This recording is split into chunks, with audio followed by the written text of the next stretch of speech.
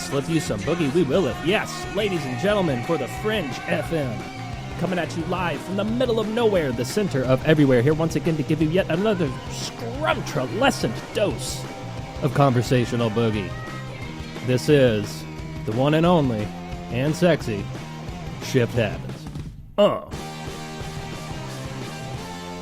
Yeah, man. What's happening, folks? Hey, what's up, Sarah? What's up, Sylvain? A great Pat. Hey, what's up, Pat? Good to see you, my friend. Daryl, what's going on? We meet again for the 314th time. Woo! Ladies and gentlemen, it is... Actually, I have to look. Friday, April 19th, 2024. Oh, that reminds me. Anyway, get to that in a minute. And, yeah, we got a cool show for you tonight. You know, we've covered all types of topics you can imagine, whether it's Bigfoot, UFOs, particular incidents, and this. We've done it all, right? But you know what we haven't done? Bending spoons. And much more, actually. We're going to get into all kinds of cool stuff. But we do have, tonight's guest is Zenka, Caro from LightNet, and they do all kinds of consciousness-related sort of mind over matter, like the science of mind over matter. And this ties into all sorts of, we're going to get into contact with ETs and various, there's a lot of different roads we can go down tonight. And so much, there's no way we're going to get it all in one episode, so we're going to have her back. I can already tell. It's going to be one of those. Now, let me get a couple of things out of the way real quick. Not a whole lot, actually, but one thing I'm excited about, I'll tell you, I just found out that Conan O'Brien has a new travel show. Imagine Anthony Bourdain, but it's Conan. And that just launched yesterday on Max. It's called Conan O'Brien Must Go. And boy, that's exactly what I would have done. Conan should have been doing that 10 years ago. That's what he should have been doing this whole time. So I am stoked for that. Also, I don't know if there's any Space Ghost Coast to Coast fans out there. The old sort of cartoon mock talk show thing. They've been running a marathon for the last 3 days on YouTube, just nonstop every episode, and absolutely awesome if you like it. It's probably stupid to most people, but that's happening right now too. Highly recommend checking that out. And also, of course, the Graham Hancock and debate that just happened on Joe Rogan with Flint, and very interesting. I do want to talk about it in depth, but we're just not tonight. So, but I do want to mention, it's worth note. One thing I really noticed is, and I did watch the whole thing. It's 4.5 hours long, and I will tell you, the first hour and a half or so is very kind of all over the place. They're both talking about different things. It doesn't really start clicking till about an hour and a half in, but you still kind of want to watch the whole thing just for context. But it was interesting to note. So they do a lot of these 4 different camera shots on the screen at once situations that they never do on Rogan. Usually they're just showing one person's face at a time, but they're showing all, Rogan's face, Flint's face, Graham's face in 3 different corners, and the 4th corner is what they are presenting on the screen that they have their computers hooked up to.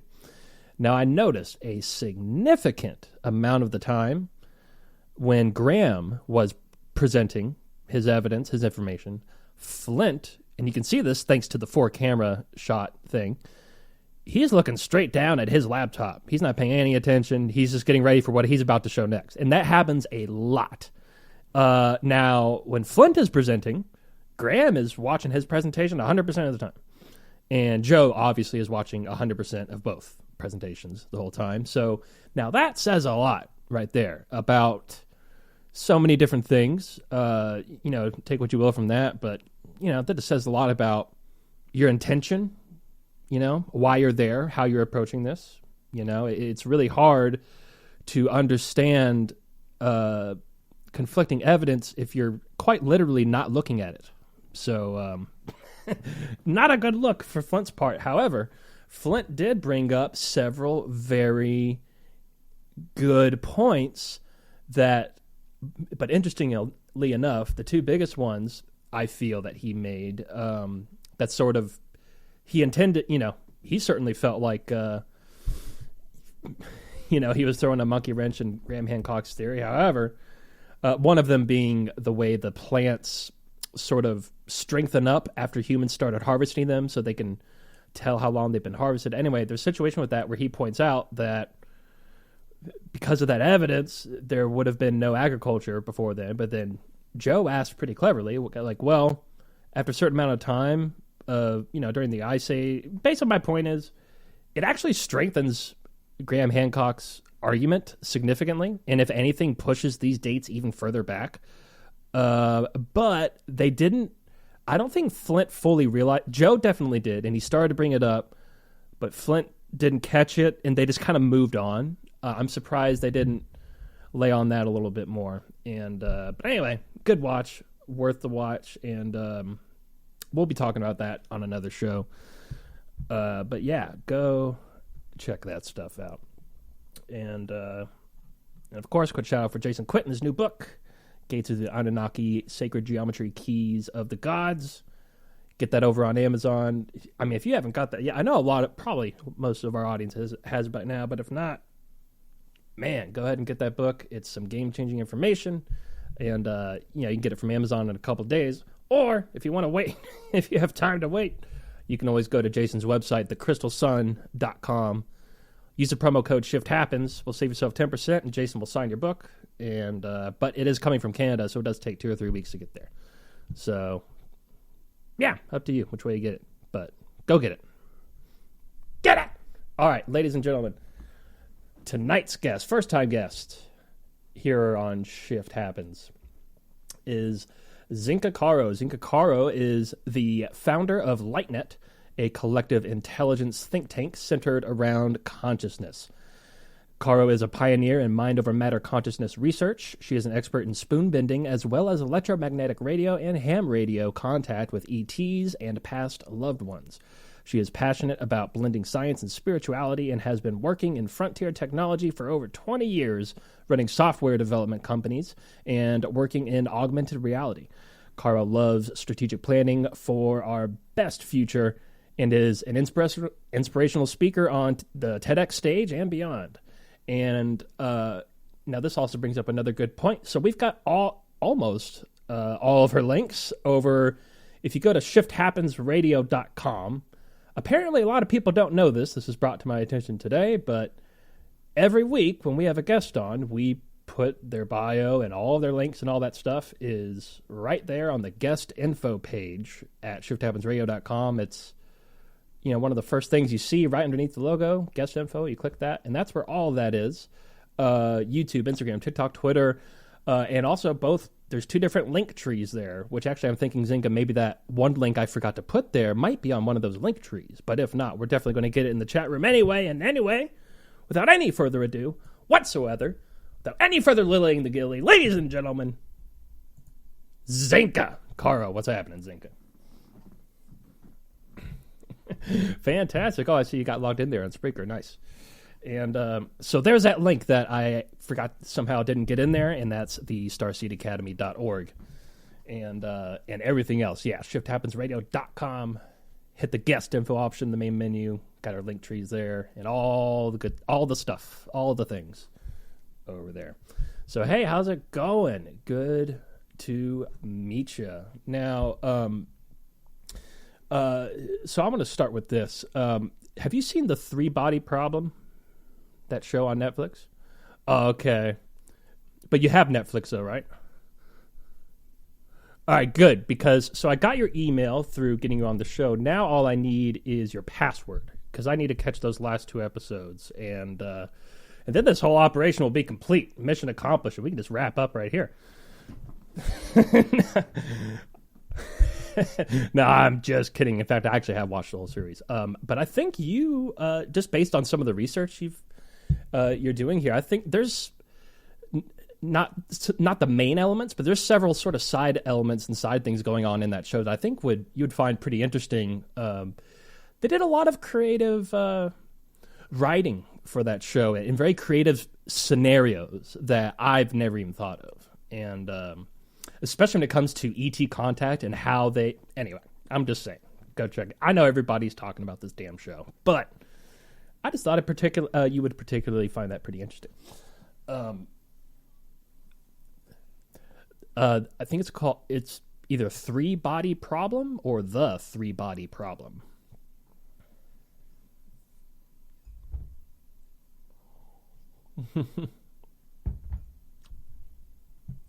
Sure. Yep. Oh, sorry, folks. Had the audio messed up there. Should be good now.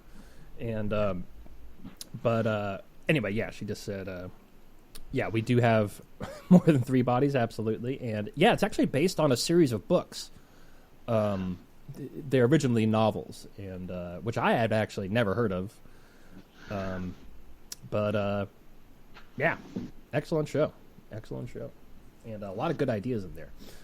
Now, you know what? I'm not going to say any more. I'm going to shut my mouth because I almost spoiled something. On ET Contact, you got me very curious about this. Well, so this isn't really. It's kind of a spoiler, though. It's kind of a spoiler. They use.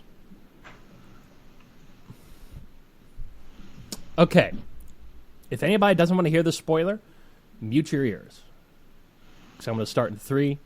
But it's actually a big part of the story. Everybody's going to know it. So I don't know. Use the side. 3, 2, 1, go. So this alien race, we sent out a signal long ago, radio signal. And then in this situation, they responded back, 30-something years later. And they've been secretly in communication with them since the 60s. And now this takes place like today in 2024.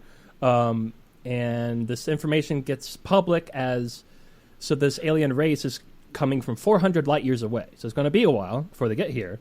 But to prep us, and by prep, I mean manipulate us to be more willing to do whatever they plan on doing when they get here, which is, I'll skip that part out. But what they do is through their radio transmissions, they show these top secret military bases that have been keeping this communication with them for decades.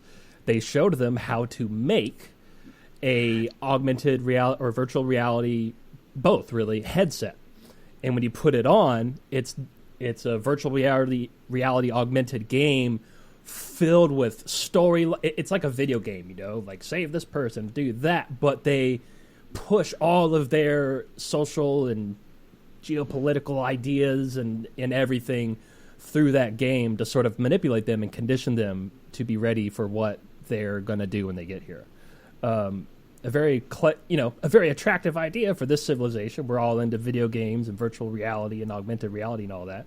So they told them how to make this technology, sent them over radio the code to program in it that they wanted them to put in it, and there you go.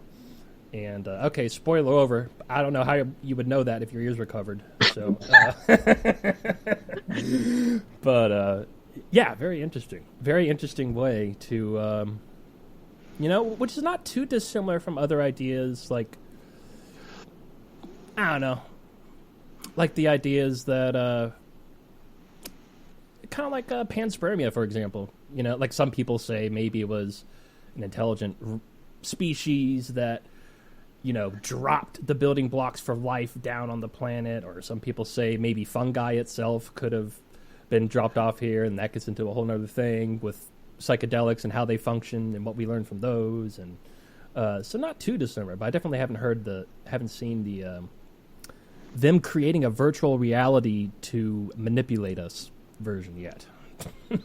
But we already do that ourselves with TV and everything like that.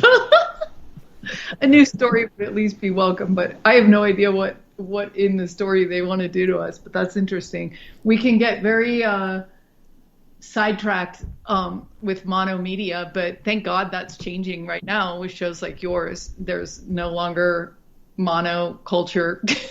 It's like farming. Now there's so many plants growing that nobody can keep track, and everyone's mind is free at this point almost. Right, yeah.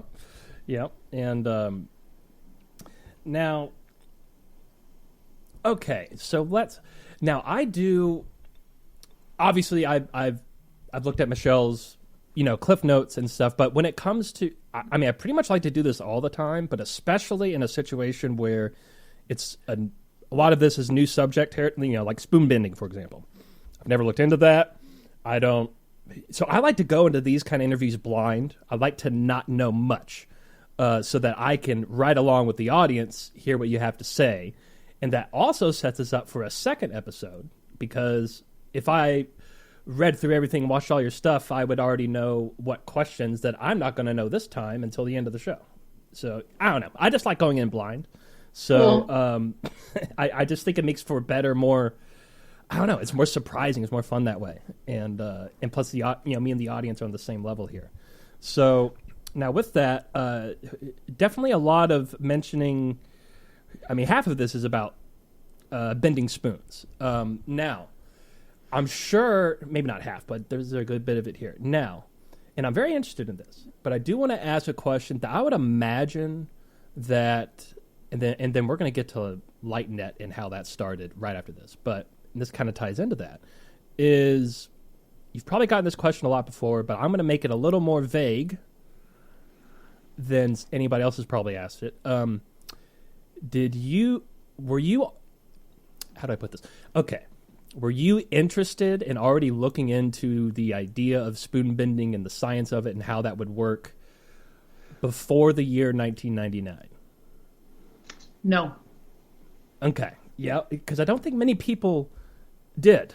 That seems to be a thing that came along with The Matrix. That's probably what most people would ask. Did you, I don't know, maybe nobody's asked me before if that sort of inspired or that turned on a light bulb, because that's certainly a common meme ever since that movie. But I don't recall, I was only 12 at that time, but I don't recall that was a new idea for me, And so I'm also wondering if you've worked with any, because you work with a lot of people now. LightNet's been going for several years, and I'm wondering if any of them, was this research already being done before it became a pop culture thing because of the Matrix movies?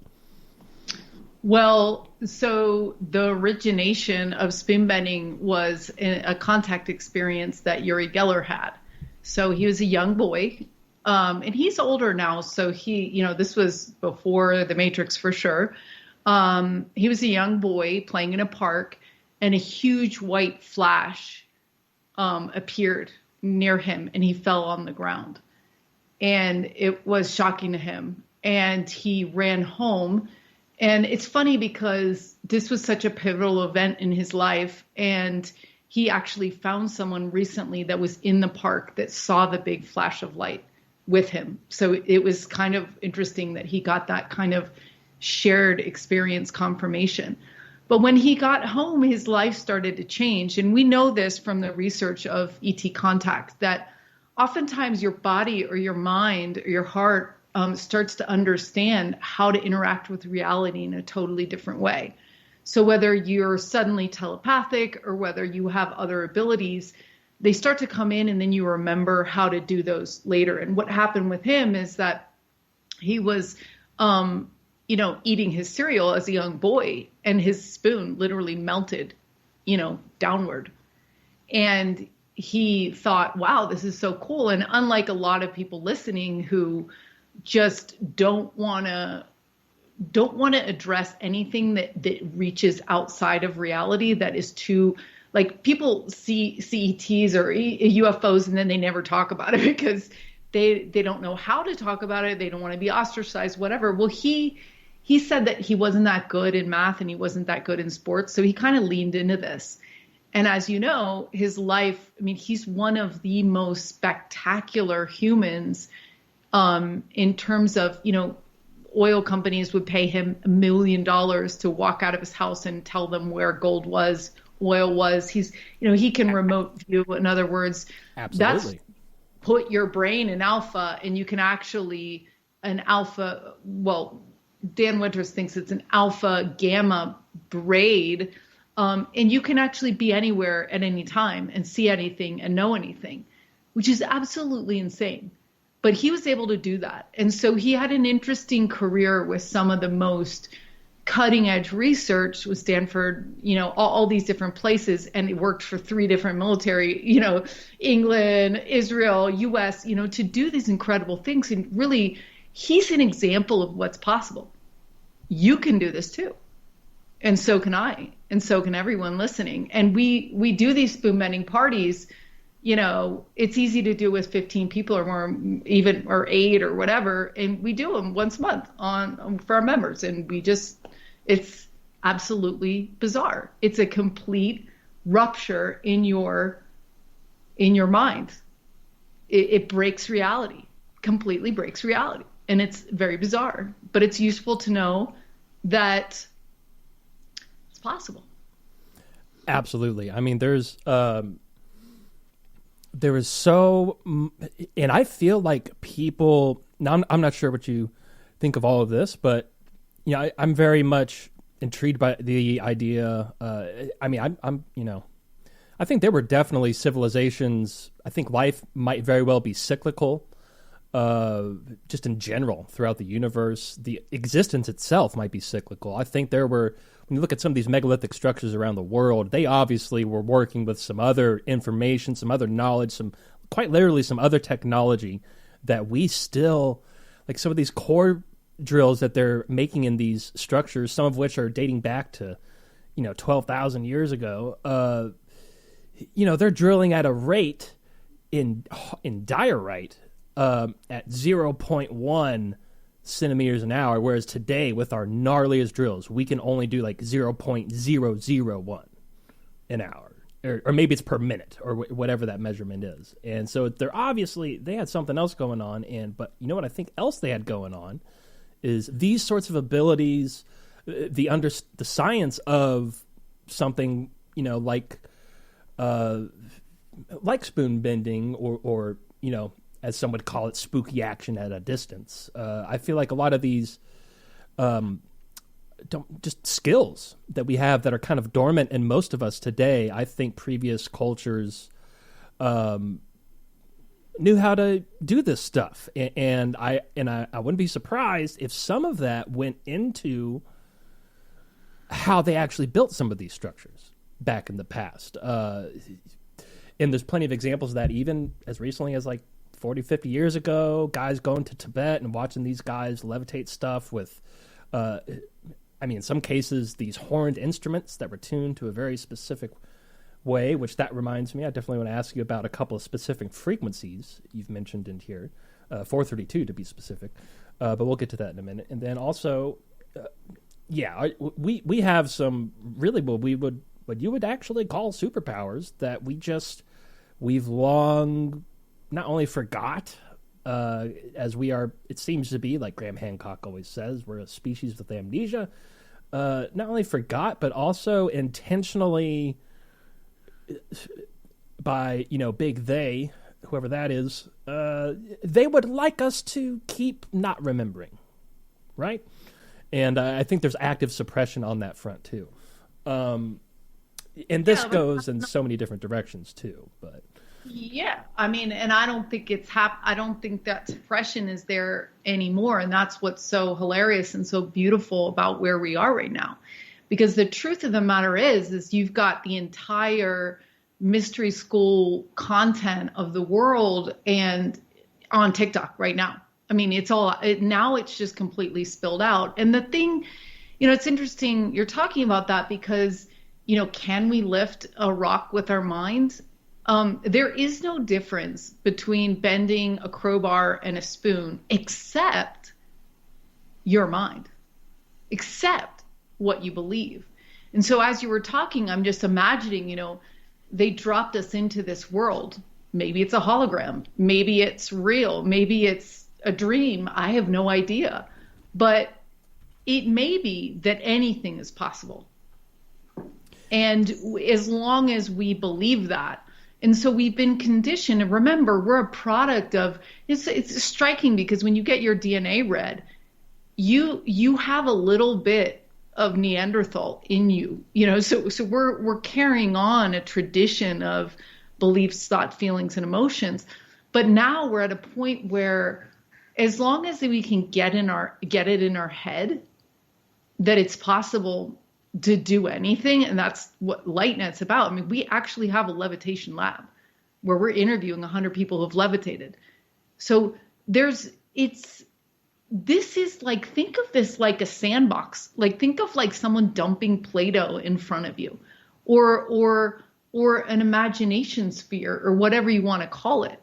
So our lives can be whatever we can imagine them to be. And then you just need some hacking tools in your back pocket of how to dump some of your programming, your programmed beliefs, just like the elephant that gets chained to the tree. When it's young, it doesn't even know it can run away. As an adult, it just stays by the tree, so that's the process we're in. But this is happening. This is actually happening. I'm not scared for my life. When I teach spoon bending, we laugh our blank off. You know what I mean? Like, we have so much fun. Nobody cares anymore. So all this knowledge is out there. It's not military, remote viewing anymore. Anyone can do it. And we go off planet, we do it. It's just, so now it's just a matter of having fun, finding a community that's into it, because it's easier to do with other people, and it's easier to do when you're relaxed. And then just seeing how far we can take it. We're working on waking-induced lucid dreaming research, so we call it lucid living research, where we're literally creating ridiculous things in this reality to see what we can get away with doing. And it's hilarious. Purple cars, like all sorts of things. So I think this is a time for us to really apply our curiosity and see where the edges are, if there is even any. Absolutely. And yes, and I think, I say this all the time on the show, I think our reality, where we are right now, we're sitting here communicating this world we're in, this reality we are in, I think is so much more strange and unmeasurable, to the point where something like, people asking, is the earth flat or round? I think this reality is so strange to where asking that question doesn't even make sense to ask in the grand scheme of things. That, I guarantee you, that's if once, whether we die and we learn it later, or if as a human species we actually do figure out what's going on, I think we will come to find that, that would be kind of like asking, how loud is yellow? Like, it doesn't even make sense to ask that question, because that's not what this reality is. And now also, so now there's that. I was like, if this is a hologram, it might be flat. Who knows? Like, I was like, wait a minute. And I had the same thing, it's like, we're not even sure how reality works. We don't even know if this is a light field. We don't know if it's a hologram. We don't know if it's like that show you were talking about, like an ET generated school. We don't know what this is, a dream. We don't know what it is. Might be flat, might be round. I have no idea. Yeah, and in some senses, it could be both at the same time. Like Dr. Richard Allen Miller, has said a couple times on this show, he's, with this, I can prove blah, blah, blah. I can prove the earth is round. But with Tantra math, I can prove that it's flat. So which one is the correct answer? And the correct answer is yes. Yeah, I don't know how you collapse that wave. Yeah, exactly. And then also, so there's an interesting quote I have here from the other day, and hopefully, I've got that right here. I can pull that up. Now, have you ever I experience this all the time. So I'm a very lucid dreamer. I'm a very vivid dreamer, to the point where I have this, not a recurring dream, but a recurring place that a bunch of my dreams since I was a kid have taken place in those dreams. I have decades worth of memories with people that I have known for decades in that world, even though I've only been there for like 5 minutes. Like, I remember stuff from 20 years earlier in that world where my dream is taking place. And that is fascinating. Do you know these people, or are they just in this dream world? Yeah, no, they're only there. Sometimes. Now, it's interesting because in a lot of dreams, people that I know in this world are in my dreams, but not when those dreams take place in that place. In that place, I'm talking like at least once a month, I have a dream that's at this place. And there, it's a different cast of people. It's always the same people. We have memories in that world, and I've been having that my whole life, and it's really interesting. Another interesting part of that, the dreams that take place, and my house is always in the same place. I know my way around the neighborhood there. That might be actually real, and this might be your dream. But tell me more about that world. Are there people? Is it a normal world, or is it super weird, like a dream world, or what is it like? It is very much. It's very realistic. Yeah, there's no. The only thing that's not realistic is different than it is here. Like, can you do weird stuff, or is it just normal but just different? Yeah, it's mostly just a different version of this. There's nothing going on there that we're not doing here. But now in other dreams that don't take place there, I constantly I find myself flying, just with my body just lifting off and flying. And I don't know if you've ever experienced that, but it happens to me all the time. And the physics feel like they make sense. I know how to turn. Like, it feels just as natural as writing. Like, it makes sense every time. And so now this all leads me to this quote, which is, if what we call what happens when we sleep at night dreams, then what we refer to as reality is literally just a real dream. Yeah, I had a dream the other night that I was in a spaceship, and that this world that you and I are in right now was my private world. It was completely private. It was completely my world. Nobody knew what was in there. And I could consistently go back and pick up the game just like you do in a video game, like where, I wake up and the time has passed and I'm in the same place. So it was like, and then the dreams that I remembered were, what did they called? Inserts.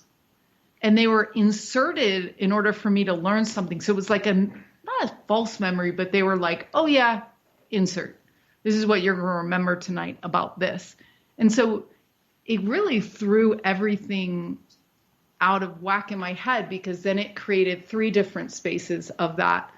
And this was just one of them. But I'm super interested in what you're saying about this other normal world that you go back to, because, yeah. I mean, maybe there are multiple yous. And yeah. I mean, this might all be just a lot less, like a little bit more fluid than we're used to thinking about life. Because when you cross over, they say that using your mind, you can materialize things as long as other people materialize it with you. So you can be like, oh, I want to get ice cream. And all of a sudden the ice cream place is there, and it'll just go away when you stop thinking about it, unless a bunch of your friends in that world want to keep that ice cream place consistently there because it's needed. So it's almost like a much more a particle world that can assemble and deassemble as needed. But it could be, when we talk about different synchronicities and different things where we're all connected to each other and we're all somehow one, well, maybe that's just because this is my dream, or it's your dream, depending on where you're looking at it from. But that kind of made sense to me. So it's interesting, but I would love for you to figure out some sort of experiment to try to figure out what that other place is that you go.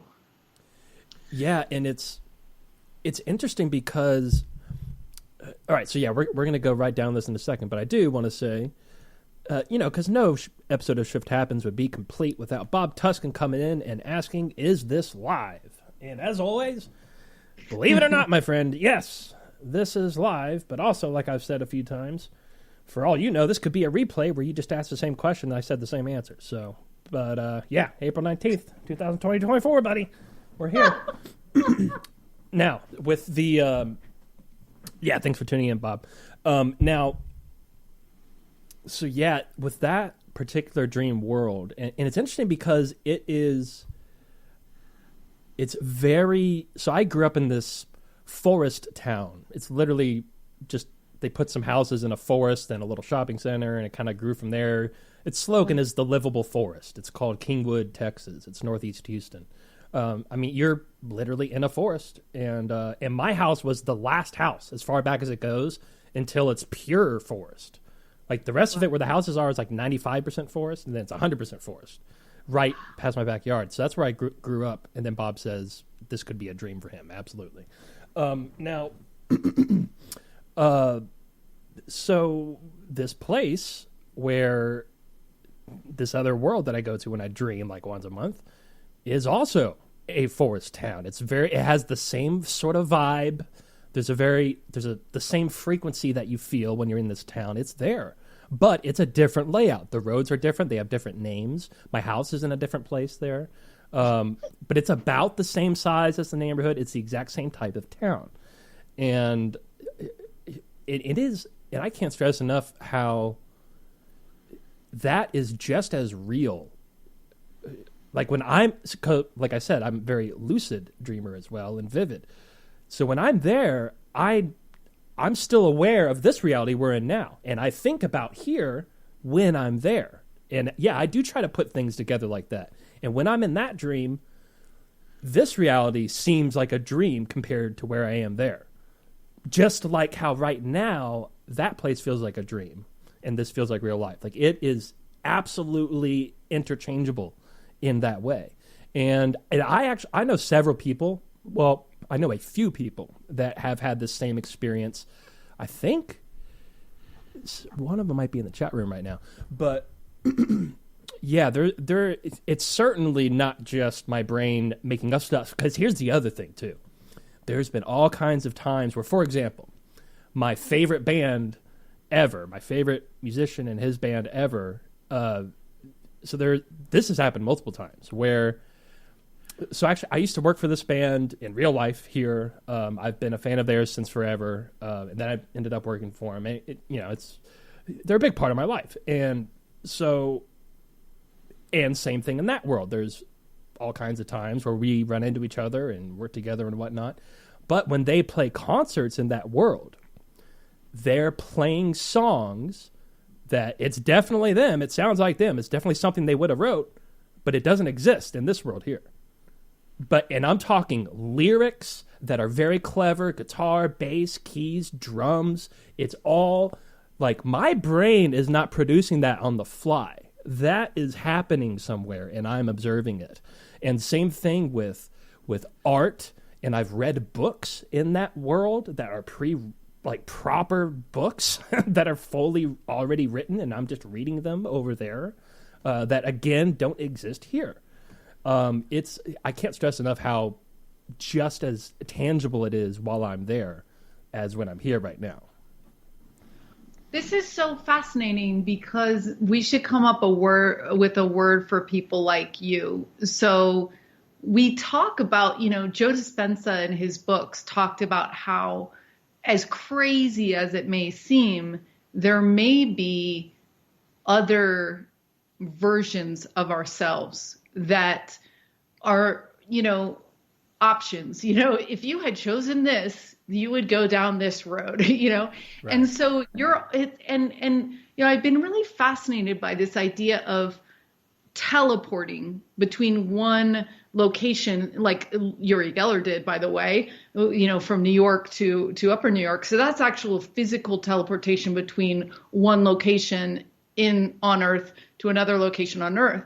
But what you're doing is quite interesting because what you're doing possibly is that you're just going back and forth between your other timeline. And I don't even like that word because people throw it around a lot right now of a timeline, but it's in another version of yourself. And when people do throw around that word of timeline shifts, it's almost like, wouldn't it be interesting if we were able, so let's say you had a really great, sounds like these two lives are very similar for you. Yes. They're very, but let's say there was one version where you were like a rock star or something like crazy, or something really, or whatever your fantasy, like hyper fantasy life would be. It'd be interesting if we can train ourselves to jump into the version of ourselves. Like, so if there's two of you, there might be more of you. In which case, wherever you're going to be experiencing based on your frequency, right? Based on your elevation of your mind, based on your love, based on your whatever evolution, then you're in that version of the world to some extent. But it's really interesting what you're doing. I mean, I often think that I'm a dream walker because I'm often in Delta when I'm awake, which is impossible because that's a dream state. But maybe what should we call you? Some sort of walker, like a dimension walker, or I don't know. It's like I don't know. What do you call other versions of yourself? I mean, this is so fascinating. Yeah, I definitely would like to come up with some terms that we could use to more easily describe this. But luckily with you understand what I'm trying to say, so we're able to have this conversation without having all the words, which I can't say can happen with everybody. I have an idea. I'm just trying to think, like, how can you explore this more? What if you invented a device, just like we're using the radios to transdimensionally, maybe you can't even use radios, but we use radios to transdimensionally communicate with past loved ones and ETs using audible ham radios. But what if in your dream, you seeded the dream that you had a device which allowed you to speak to yourself over there? So it was some sort of thing where you could meet your other version of yourself or somehow interact with that other version to try to talk about what is the difference between you and you. Like, what is this? Right. And, well, one thing that reminds me of that I did do, or that I have just sort of noticed over the course of this happening my whole life is, so I have a little reality check test, which is whether I'm and this applies in various situations, whether they're psychedelic ceremonies or dreams, where I'm not sure where I am. The way I know if it's real or not is if I can light a cigarette. If I can light a cigarette and smoke it, then like, okay, this is real. Now, interestingly, I can never get a cigarette lit in all the other dreams. But the ones that take place in this world, smoking cigs over there just like I do here. And because essentially that test works in all other situations, but not in that work. And by work, not work, by work I mean I can't spark a cigarette. That means the test is working. Okay, but when I'm in that world, I can spark the cigarette, and every time. So now there's definitely something that was a little unclear. Interesting. Yeah, and so now I'm going to go a little further into this. Now I've explained this a couple of times on the show. Again, this is one of those things where I think there's more words that need to be defined that I could use to better easily explain this. But I think you'll be able to get it because we're already halfway there. So, and you've already you've danced around this several times just in this conversation here, which is, I'm just going to go for it. So, I have a feeling that when we go to sleep, because here's the thing, we don't know what happens when we sleep.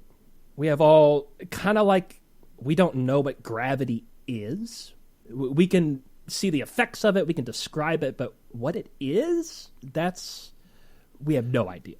So same kind of like, we don't know what is happening, like the science of how that works, where we're going. We don't know any of that, right? So I have a feeling what's happening is just like with collapsing the wave function, where literally all possibility, you're like a particle is in all possible positions. It's everywhere all at once. But when you apply your consciousness to it, it has to snap into one position. It has to collapse the wave function. So I have a feeling, a very strong feeling, that when we go to sleep, part of what's happening is, okay, so as we're going to sleep, we leave this world that I'm in right now, and I have a certain set of beliefs and expectations. And more than belief, and sometimes you can believe something, but you can also like really know something, like higher than belief, like belief so high that it's just a knowing, right? Oh, wait a minute. Okay, wow. I thought something was going wrong there. All right, never mind. So when we go to sleep, we enter a state of infinite possibilities. There's a million different versions of us, different versions of this world and that world. We the wave function goes back, and by wave function I mean our reality goes back to having not been collapsed. It's now in all places, like all the realities are there. And what happens during your dream, and also as you go to sleep, as you set your intentions and think about your beliefs, and sort of along those lines where, like Greg Braden and a lot of guys have talked about, like the way that they've these medicineless hospitals in China, and they do these chants and these shamanic chants where they're shrinking cancer down to nothing in 3 minutes on a sonogram, and you can see it. Now, part of that process, as they describe, is it's not just the words themselves, it's the intention that they set behind the words, and most importantly, for one, the patient has to believe in the process or know that the process is going to work, and for two, they're not those words that they're using. They're not saying she will be healed.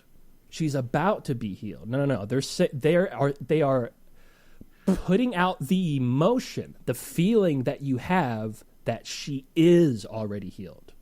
You know what I mean by that? Like, yeah. It's a very big difference between that and about to be healed, going to be healed. I hope she will be healed. Instead of that emotion, like literally emulating the feeling of knowing that she is already healed. That's part of the magic. So in that same sense, back to this, you can set that sort of intention as you go to sleep and maintain it while you sleep. And so that when it's time to wake up, which one of the infinite realities that you pop back into is the one that most closely aligns to your intentions and your belief. So let's say, back when I was in the skateboarding industry, and it was kind of, I did it for a few years, used to ride for Monster and Osiris, featured in Thrasher and all that kind of stuff. But only for a few years, then I got sucked into the music industry. But really, I wish I would have stayed in the skateboarding industry for longer. Well, or it could be something much smaller. Like in this dream, let's say my left tire, just a bunch of air came out of my left tire today in my car. And that's it. But if I set my intention, depending on what I'm going for, I can wake up the next day in just about the exact same reality, except my tire didn't air out, and it's still good. Or it can be or I put on a different color shirt, or whatever. Or it could be as drastic as you have a whole different profession. Or it could be as drastic as you're not even in the same part of the world. The entire scope. And which reality you pop back into from your sleep state is very heavily based on that sort of already is feeling that emotion that you project. In that sense, you can jump between realities. However, I think it's pretty rare to happen because most of us are pretty well convinced that this is the one reality. And most people don't go in setting those kinds of intentions. But I think that because every time you wake up, you're collapsing the wave function, and you have to pick one to go into. And since we think like most people do all day, they think the same way, they believe the same thing, so they keep waking up in the same one.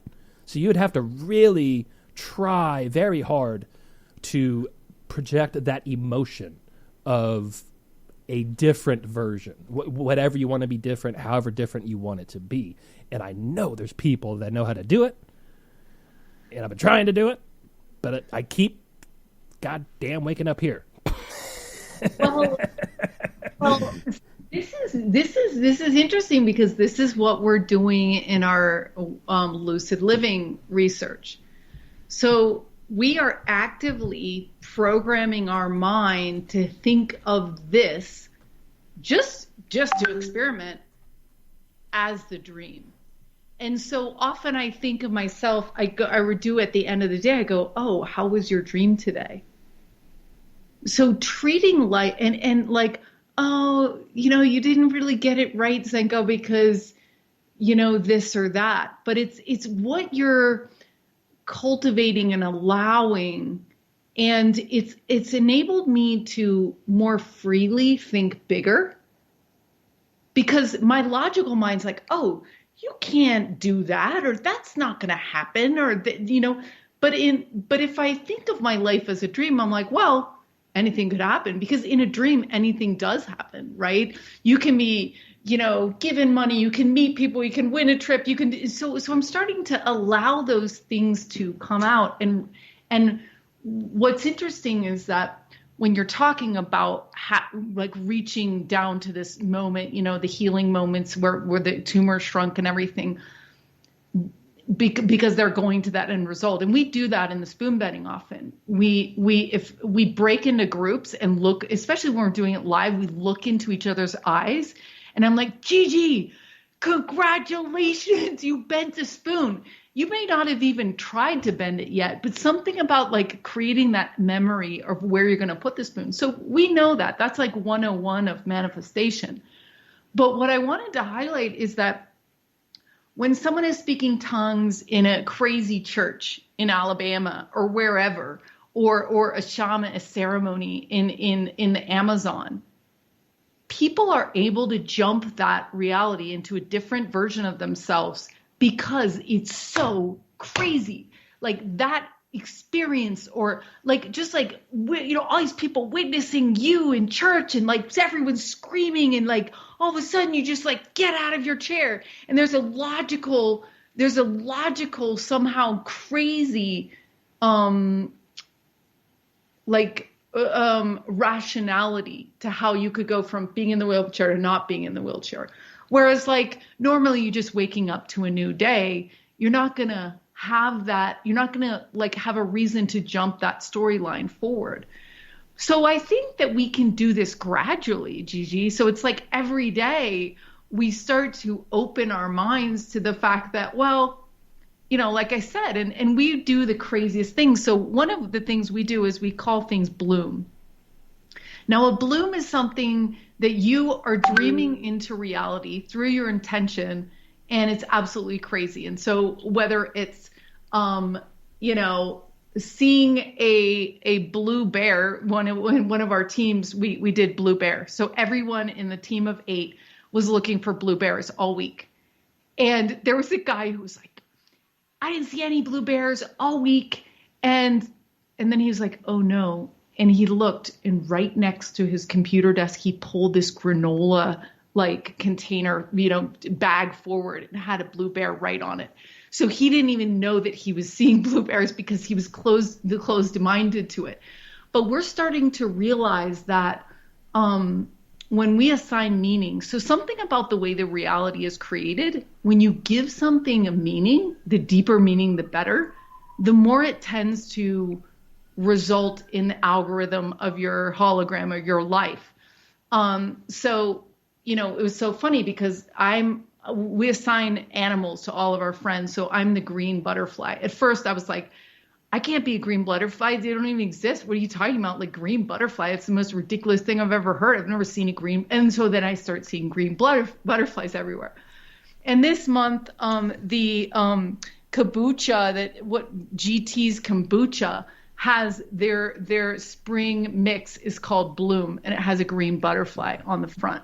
So it's things like that. You'll start to realize that, hey, wait a minute. Like, how does this work actually? And once you start questioning that, your brain can release itself of the patterns and the conditioning. And like your community is here and other communities, it's like, let's get a little bit wilder about the way that we envision the possibilities of our lives. Because why not? Absolutely. Why not? And that way, right? it's great that you're doing, yeah, because I really do want to get into the different types of experiments you guys have done. And also, really what I wanted to start with is sort of the history of LightNet and up to what you guys are doing now, but we got so sidetracked because that's just how we roll here, I think the kids say these days. Now, also, our longest running co-host who co-hosted with us for a couple, 2 or 3 years here, he's in the chat room. That's JP there. And I was going to say earlier, like, man, he would have, I'm sure he has some stuff to say. And sure enough, he does. He says, speaking in tongues is the ability to fluidly transition into speaking the native tongue of another language. It's not the gibberish we're usually shown. And of course, he's not a practicing Jew. He's mastered it. And I'd have to agree. Now, so, okay. So the founding of LightNet was basically like I had an identity crisis, a reality crisis when I started bending spoons and when I started witnessing immense amount of synchronicities, and I had a reality crisis. And I just dropped everything. I was in tech in Los Angeles doing augmented reality. And I said, this is the craziest thing. Like, it was almost like a complete crisis. It was a before and after. I think I almost died and came back. Like, I literally, the world that I thought it wasn't the world that I thought it was. And so I wanted to dedicate my life to figuring out what is consciousness. Because if we can do and experience anything we want, then let's get out of jail free and be free in our minds. And let's actually experience the world that we want to. And so I dedicated my life to really kicking the tires of what consciousness is and trying to do it with other curious citizens like you and other people to say, like, let's get together and compare notes and let's see how far we can take this. So it's not really about bending spoons. It's about, like, how rad can we make this world? Like, how can we turn this into a galactic renaissance? Can we turn this into, like, the funnest place to be in the entire galaxy? Which I think we can, especially when we get together and we compare notes and we figure out, okay, you know, one of the programs that I can now officially brag about, because it's happening, is that, you know, the power of 8 is where Lynn McTaggart's research comes in. She gets 8 people together, and they heal someone through their intention. She does this intention experiment. And she's also experimented with the Maharishi effect, where you basically, you know, pray for peace a bunch of people in meditation, and actually reduces battlefield things. So those are all dealing with problems. They're dealing with war, they're dealing with illness. But I've gotten really interested recently in using our intention in our groups to actually create amazing things in reality. So a lot of the things that we're experiencing right now are breaking down, from our schools to our hospitals to our media to everything, transportation, all of it, you know? And so we get to reinvent everything. But oftentimes the creatives, don't have the resources and funding to really do the prototypes and have as much fun as they would want to, because, well, I guess it's all in their mind, their lack of anything. But so we started setting up these groups of 8 and experimenting with different scientists about setting our mind on creating opportunities for ourselves and creating new things in the world. And one of the gentlemen, Michael Ray from Snowflake, he's like, oh, Zenka, I want to have a lab. And this other guy, Glenn Ryan, who studies consciousness and DNA, he's like, I would love to have a lab, and a dedicated lab and a salary that I could focus on this. Both of them wanted that. And I was kind of thinking, wow, that's kind of a tall order, but whatever. And we set the group of 8 up and they did it. And this week we got a huge check as part of our Dream Machine project that went to those 2 scientists. Someone funded those 2 guys to start a lab. You know, I bought $10,000 worth of equipment today for them, you know, as part of this grant that was given to them. So they So I don't know. It's really fun. Like, let's see what we can make. Let's see what we can do. Let's have as much fun as we can, because once we're done clearing our shadow and healing ourselves and stopping wars and things like that, we really have got a clean runway to create forest villages or whatever you want to do, or talk to ETs or whatever, right? So it's really cool, and it's really that's really my mission, is to expand in our minds what is possible, because that's all that matters, is your mind and what you believe. That's the limiting factor to everything. Absolutely, very much so. And now I've got several questions here, and because there's a lot of things you said that sound very similar to something I experienced and someone very close to me experienced as well. Now, real quick, that you referred to it as sort of a crisis, a reality crisis, or a consciousness. What was the exact term you used? I mean, they call it ontological shock, but I don't even know what that word means. I mean, it was Did like some people. I call it identity crisis, but it was literally the fabric of the way that I thought of the world was completely ripped from under me, and I had no idea what was even happening. So I questioned everything. Now, during this crisis, if you want to call it that, did you have a lot of extra energy all the time? Were synchronicities happening at an increasing rate, and you were following those synchronicities? So that's what it was. Okay. I had Reiki done on me, and then I felt like I was floating for 2 weeks, and I would hug people, and it would just like, they would just be like, what is going on? And everything was synchronized. The entire everything. Yes. See, every shirt, every song on the radio, everything. It was the craziest thing. Okay, well, we need to talk a lot more, because you're very clearly describing what happened to me and what happened to my ex-girlfriend, now just best friend. And I've never met anybody else. I've never heard anybody else describe that. And it's interesting because, the way I tried to describe it and the way she tried to describe it are both different. We never used either of the words that you used here.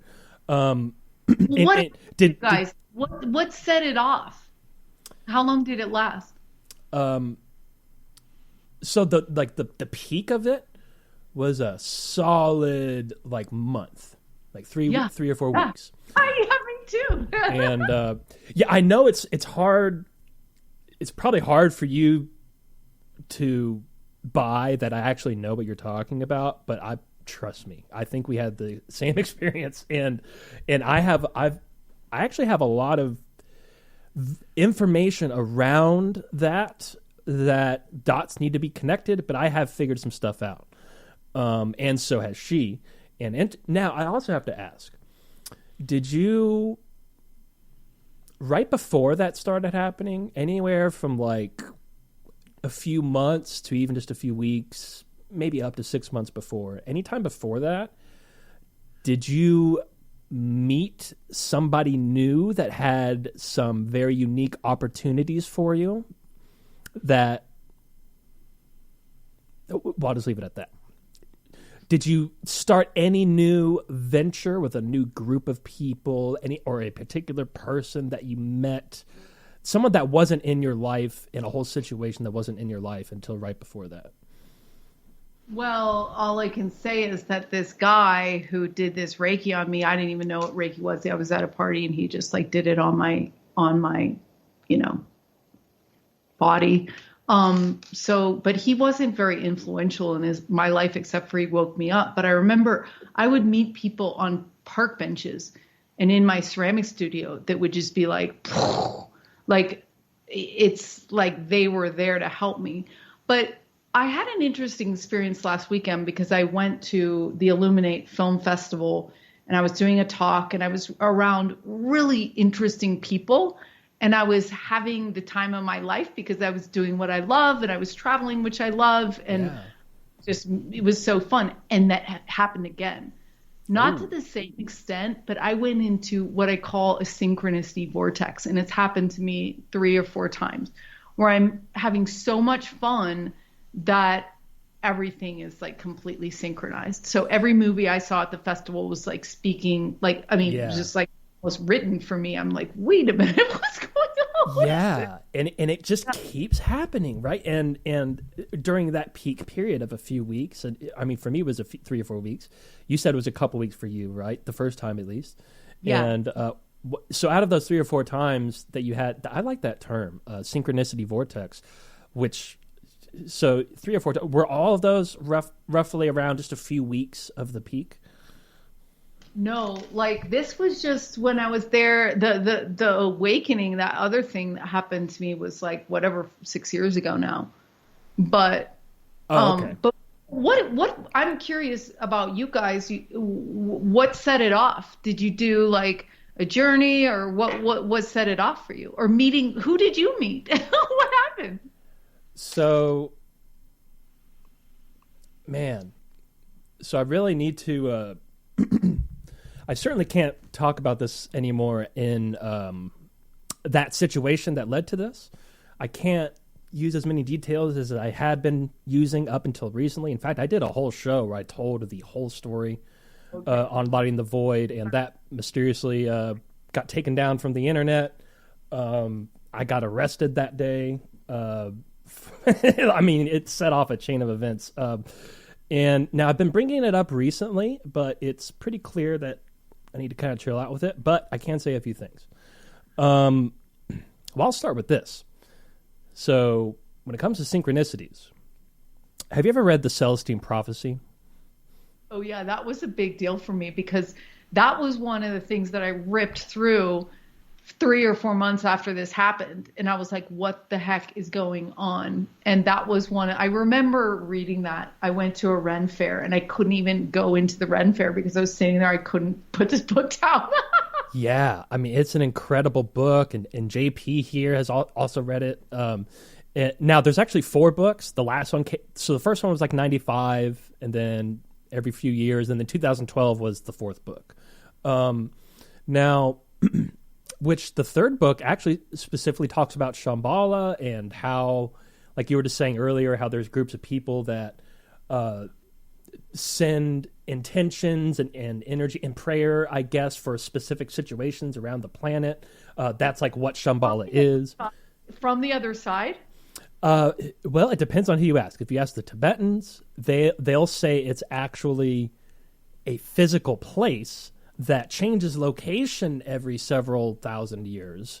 But there's actually a place that exists it's resonating at such a high frequency that you can't even see it unless you are peaking during a synchronicity vortex. That's the only time. I never had words to describe that until just now because you put those words together. But as you understand a synchronicity vortex to be, you have to be at that frequency in order to see that place. And these people have learned how to stay in that frequency. And that's what that whole book is about, the 3rd one. Cool. But as you know, if you're only going to read one, definitely the first one. But I highly recommend someone who appreciates, Okay. as you appreciate and the science and the magic of these synchronicities. Trust me, you're going to want to read all those books. And they have audiobooks, which normally I don't recommend. Like, I would actually rather read it, but especially the one they have with the first one, Lou Diamond Phillips does all these different voices, different accents. There's like, if it's a subtle scene, there'll be some subtle music, like little sound effects. If it's an intense scene, there'll be very subtle, intense sounds and music. And it's like a movie, but for your ears. It's such a cool way to experience that book. But anyway, so what I was getting at is, so you said you started reading that right after that happened. Now, for me, that book changed my life. And ironically, the book came into my life was a giant synchronicity. And the book is all about synchronicities and understanding what they are and how to manifest them and how to keep them coming. But since I got into those books, that became my life, that way of living, being here now, paying attention to the synchronicities, following the synchronicities. And that is literally what led me straight to, going from having, skateboarders posters on my wall like Andrew Reynolds and Antoine Dixon, and then Queens of the Stone Age on my wall, growing up. And next thing you know, I followed these synchronicities. Bam, I'm skateboarding with Reynolds, those Antoine every day. I'm working for Queens of the Stone Age. They scouted me out, had me drumming for this and that. Just my dreams literally came true from following that path. And then, so to get back to your question, Hollywood is a strange place. And I met some very interesting people that have an alarming amount of influence in the world. And they worked with mutual connections that I had both in skateboarding and in music. So many synchronicities, how the skateboarding industry and music industry, the people that I met and how I got through both of those industries were directly related to each. It was very wild. But they all also had various dealings with this group of people as well. And they were developing some very incredible technology. They wouldn't even call it technology necessarily, but it's a very popular technology now that is being used everywhere. And I can say that. It's artificial intelligence they were developing. A very popular... They have a public version of it. It's not ChatGPT. It's a different one. Now that company, they have acquired this. I mean, they were trying to acquire this 14 years ago, but they actually have it now. I don't know if they're using it though for the public version. I'm not sure. But either way, the point is, the way I clicked with these people and why I was I became like a glorified secretary basically for one of the CEOs, and he was more than a CEO. I mean, he was overseeing the whole thing. And the way we connected was because he also got to where he was by following the ideas of the Celestine Prophecy books. So we hit it off right off the bat. And next thing you know, I'm just the skateboarder kid sitting in on these wild meetings of people from all over the world, the most groundbreaking technology, some of which still hasn't been released yet. And they had this down back in 2011. But there were some events that happened and people I met that a very unbelievable situation happened that was both everybody else was scared, but I was in the peak of my synchronicity vortex experience.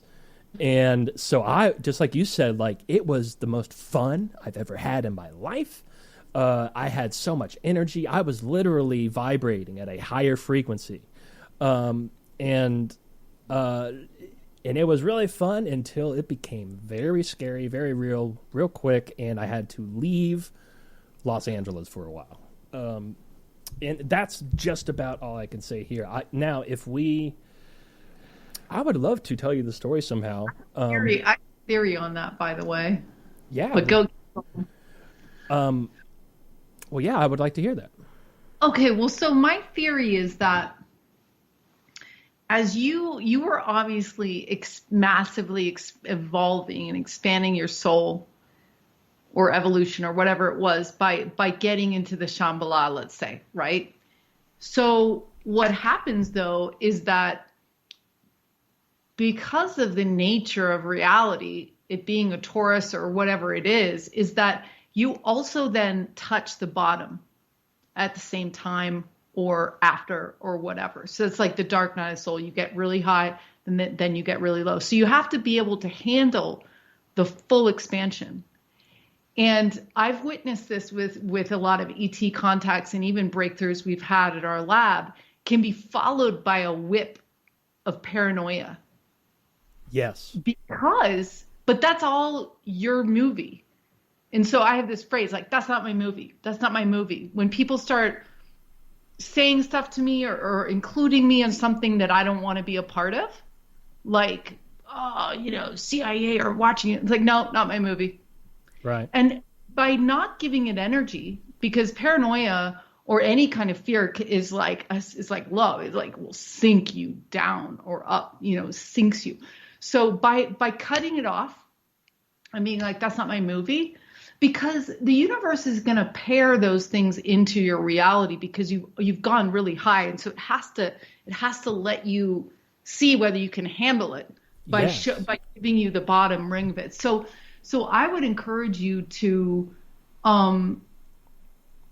and remember, your paranoia is not exactly, you don't have to own all of it, because you're carrying with you all of the paranoia. I mean, that's like, we run this into this oftentimes with spin bending, because it's like I start muscle testing. If someone has a problem, we get 85 to 95% people do it, but then sometimes someone gets stuck, and I'm like, okay, what's going on with them? And oftentimes we muscle test it that they're scared, that they think they're, that their subconscious mind thinks that there's going to be consequence to them, or that it's like anti-religious, or that they're going to be persecuted or whatever. Yeah. Because we were being like burned at the stake, like 2G, whatever. So it's like, you have to be gentle with your paranoia, but when you're ready, go back into those, whatever you're in, and start trailblazing that top edge, and then just laugh at the bottom edge when it comes up, because it will come up, because it's paired with that. And a lot of the exploration that we're going through, so a lot of this, like the ET things and whatever, it's got Men in Black pegged to the story, because that's what we've associated with all the time. But so you just have to you have to rip it. You have to actively undo that narrative and be like, nope, not my movie, and just try to trailblaze a different course for everyone, because you'll be helping everyone by doing that. Absolutely. And so right along those lines, there's actually a couple of issues. Now, so it's already not many people that have this, that have that few week long peak synchronicity vortex period like that. And actually my sister refers to it as, she calls it shining. I was shining. There's a few different terms for it, but I like your synchronicity vortex. So not many people experience that, but there's plenty, there's enough. And it'll just be interesting to, when that number gets to what the Celestine Prophecy refers to in the later books as critical mass, where a certain number of people are peaking in a synchronicity vortex at the same time, and that they put that number at around 110,000. Once, and me and Elf, he's Pat in the chat room, we were actually talking, and the Rocker, we were all talking about this a few shows ago. Oh, actually, it was after the show on the phone. But what would happen if we all tuned into each other at that frequency at the same time? Just imagine what wonders that would do for this world, and for our society, for everything. Now, so one thing we learned, and this is so. And by the way, while you're pausing, it will, like, if we can get that little mass that you're talking about, the 100, to like actually get off on the possibilities of where we could go and really seed that joy into the state, into the whatever world, then it gets suddenly easier. Yes, absolutely. Right? Like, the heavy lifting is that first, like, whatever you're doing, and then all of a sudden it goes whoosh, because we've already, like, the resistance field, it will be gone. So, exactly. Lift this up. And yeah, it's kind of similar to the, like when one monkey figures out how to spearfish, all of a sudden monkeys everywhere know how to do it. Like, as soon as somebody figures it out, then it's easier for the rest of us to latch on. And so that's why we interview 100 people, by the way, for levitation, getting out of wheelchairs, spin bending. It's always our curiosity labs. 100 people, 100th monkey. Yes, yeah. and now, it actually, I guess, okay. So we'll get back to that now. So when you're in that peak and the synchronicities are just all day, every day, Which also, by the way, I'm guessing you had these similar experiences where the analogy I use is like, let's say I woke up in the morning and usually I have slippers on. Like, that's just what I do, right? I put on slippers. I mean, I've never done that. But let's say I did, right? And then I go into the bathroom and let's say I stub my toe on the toilet because I wasn't wearing my slippers. For some reason, I didn't put them on, right? So that sucks. Ow, my toe hurts, whatever. Brush my teeth, move on with my day. Walk out to the coffee shop down the street, and then somebody you've never met comes up to you and strikes up a conversation, and he starts with, I should have put those slippers on this morning, huh? Like, how would he even know to say that? So that happens all the time during the peak. I mean, it's all day. People coming up, like you said, like whether it's a book or a movie or a conversation, like it's tailored for you. Like everything's directly, so that, I know what you're talking about. And so, but when you're in that peak state,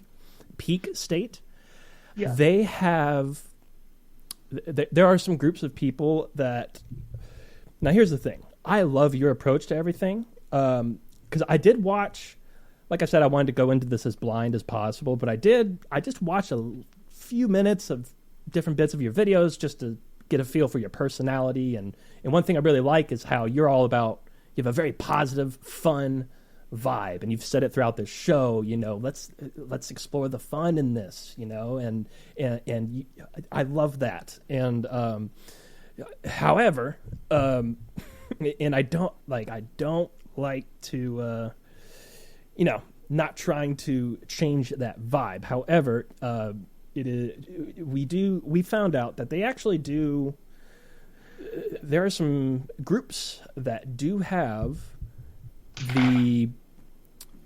they have a technology that can so when you're in peak synchronicity vortex, you're at a different frequency, and you're also subconsciously communicating with the world in a different way. And during that process, there is quite literally a frequency emanating from you. Like people that can see auras, like your aura will be very unique during that time, right?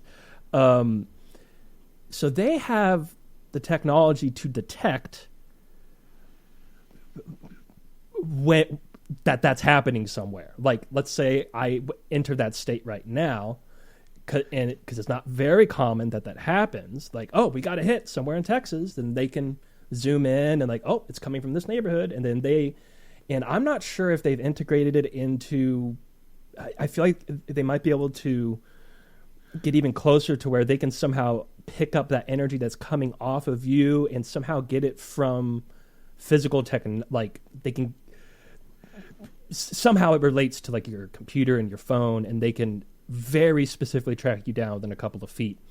They can quickly figure out who's having this experience is what I'm trying to say. Now, most people, unless you're really poking the bear, so to speak, and you're, like in this case, I was just yelling from the hilltops a bunch of information that nobody should have been talking about. And so I really brought that on myself. Now, but I don't, most people are going to be left alone because, like I would like to think anyway, because, you're doing, it's all about fun and the positive energy and the wonder of it all. And just, there's nothing, you're not poking any bears. So I think you'll be fine. But yeah, like there's people on the teardown crew and there's people on the build crew. And I chose to be on the build crew because I was on the teardown crew for a while, the truth movement and the whole thing. I mean, I left the United States for 10 years, Oh, wow. I left my country because I couldn't deal with all the stuff. But then I really was like, well, my intelligence is best used in creating a new world for us to go to. And there's other people that are working on dismantling. But I really do think that we might be better off inviting everyone into this, into a new, the better world that we want to create. And that's where I've chosen to put my energy, because I think it's more helpful. I think we'll get there faster. And the everything that's not going with us is already starting to crumble down.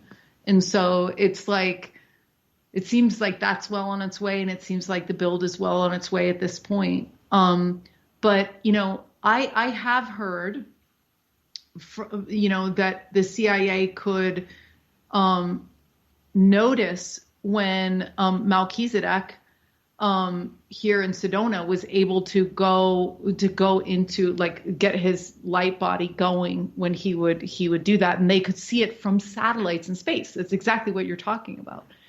But the question is like, you know,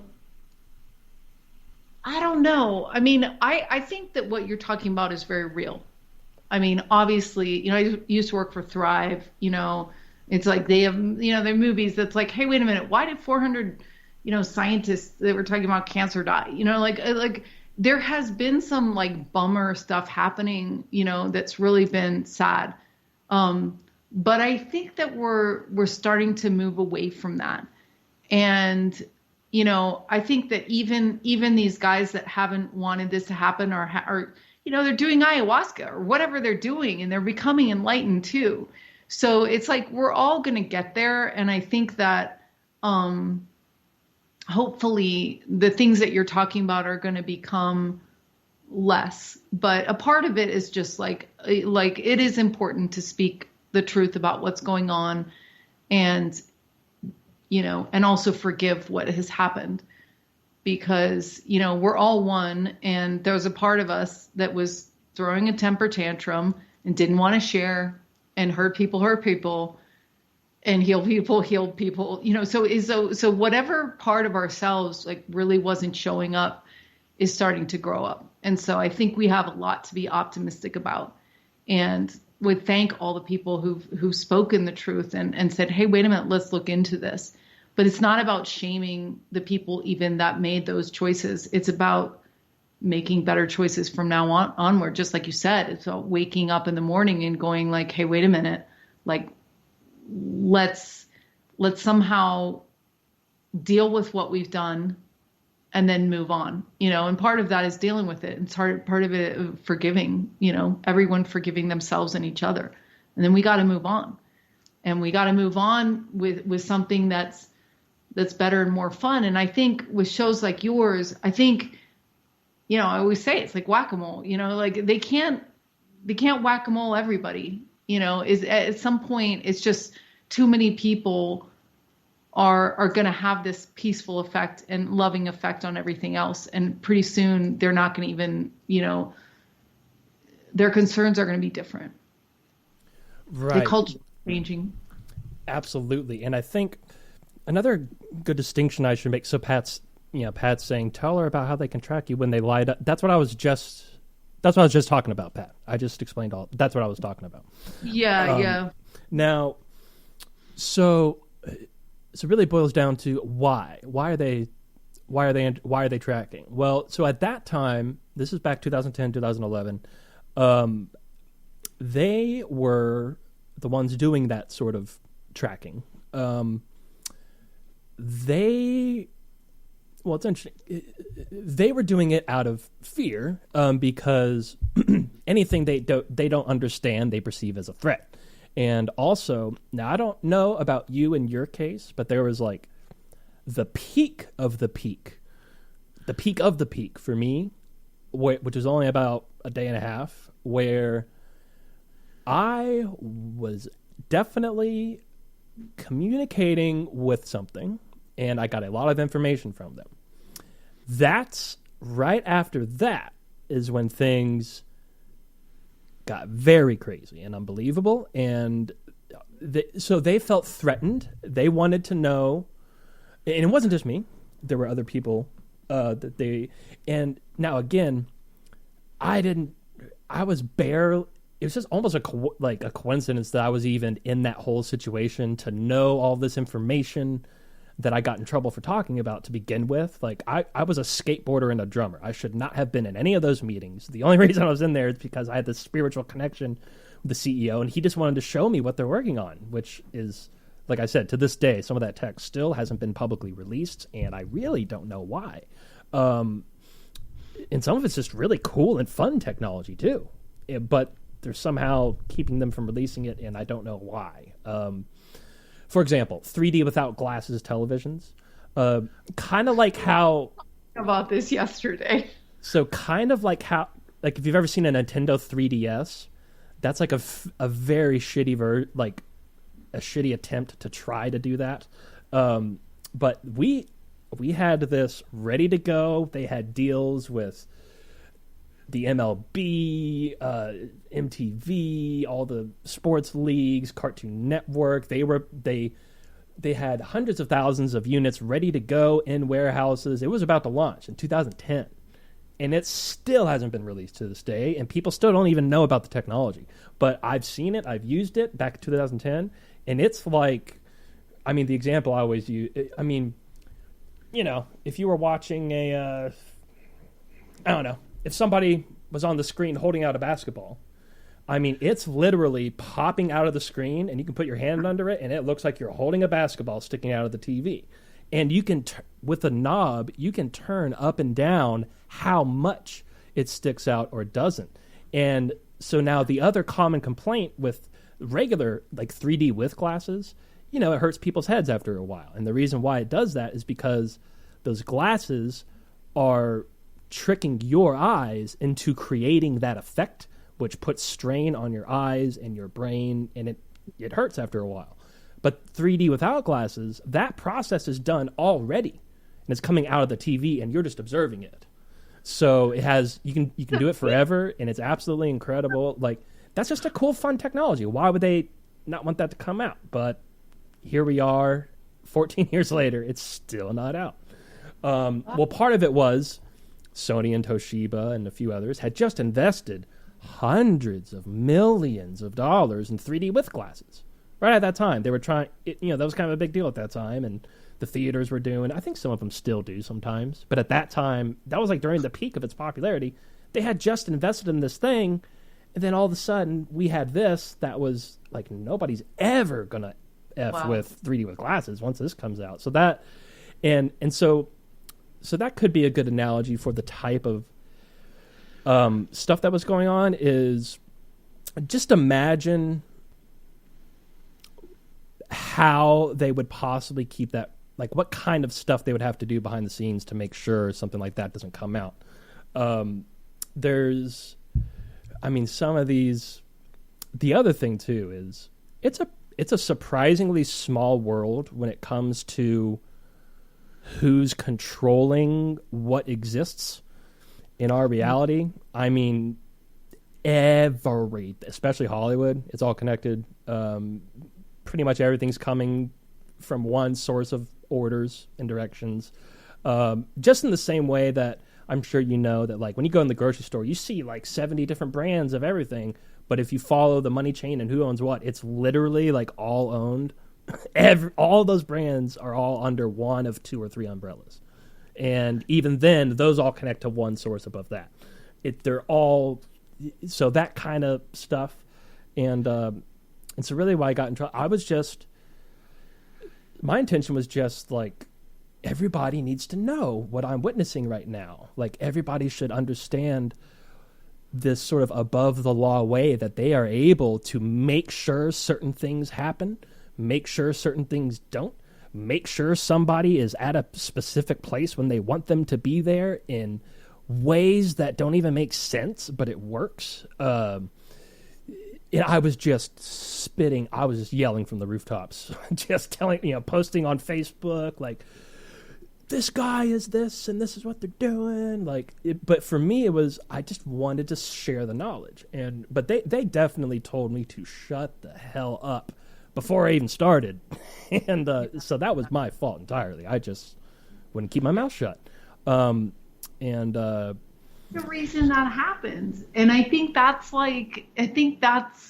so beautiful that you did that, and you did it pretty innocently, and then you did it pretty strongly. And, and I love that you're still here and that you're doing what you're doing and all that. I mean, this has been the story, is that, financial considerations have kept so much technology from, whether it's the Rife machine or whether it's free energy. And so this is what we get to think about now as a society, is where are we showing up greedy in our own lives? Where are we showing up competitive in our own lives? Because, I watched this short today, and it was like there was this huge fire, and it was, a cartoon, like short, artistic short. And this hummingbird was like pulling water from one place and like dropping it on the fire. And the bear was like, oh, well, you're not even doing anything. Like, you're like so tiny. Like, what do you think you're doing? And it was like, well, I'm doing this, but in the upper realms, things are shifting because of it. And I'm responsible for my portion of this. So all we can do is change the culture. And that's what you're doing now. And that's what we're all doing. And I think it's just being really, really raw about it, and being really honest, and being really interested in how we show up in the same ways of like, we live in a very competitive world, and yet we all sink or swim to how we play this. Like we were just talking about, the math gets really good if we're all working together, and then it gets good, and then good gets really great really quickly. So we just have to decide where we're putting our chips. Is it going to be in competition, in hoarding, in wanting winner takes all? Or is it going to be something else? And that's just something I guess we're having to learn the hard way. Right. And yeah, and this one was definitely a very hard way to learn several things. And it was such a bummer too, because everything was going so great. And then I had to leave, I had to get out of California, which is where the skateboarding industry is, where the music industry is. Yeah, so everything that was going awesome just came to a screeching halt.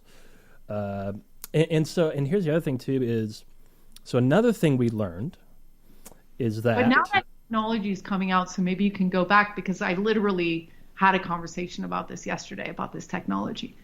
Or I don't know if it's the same, but it was like something. So maybe they're ready to let it rip, and maybe we weren't ready for that technology anyway. Who knows? I don't know, but like The world is ready for you now, maybe. And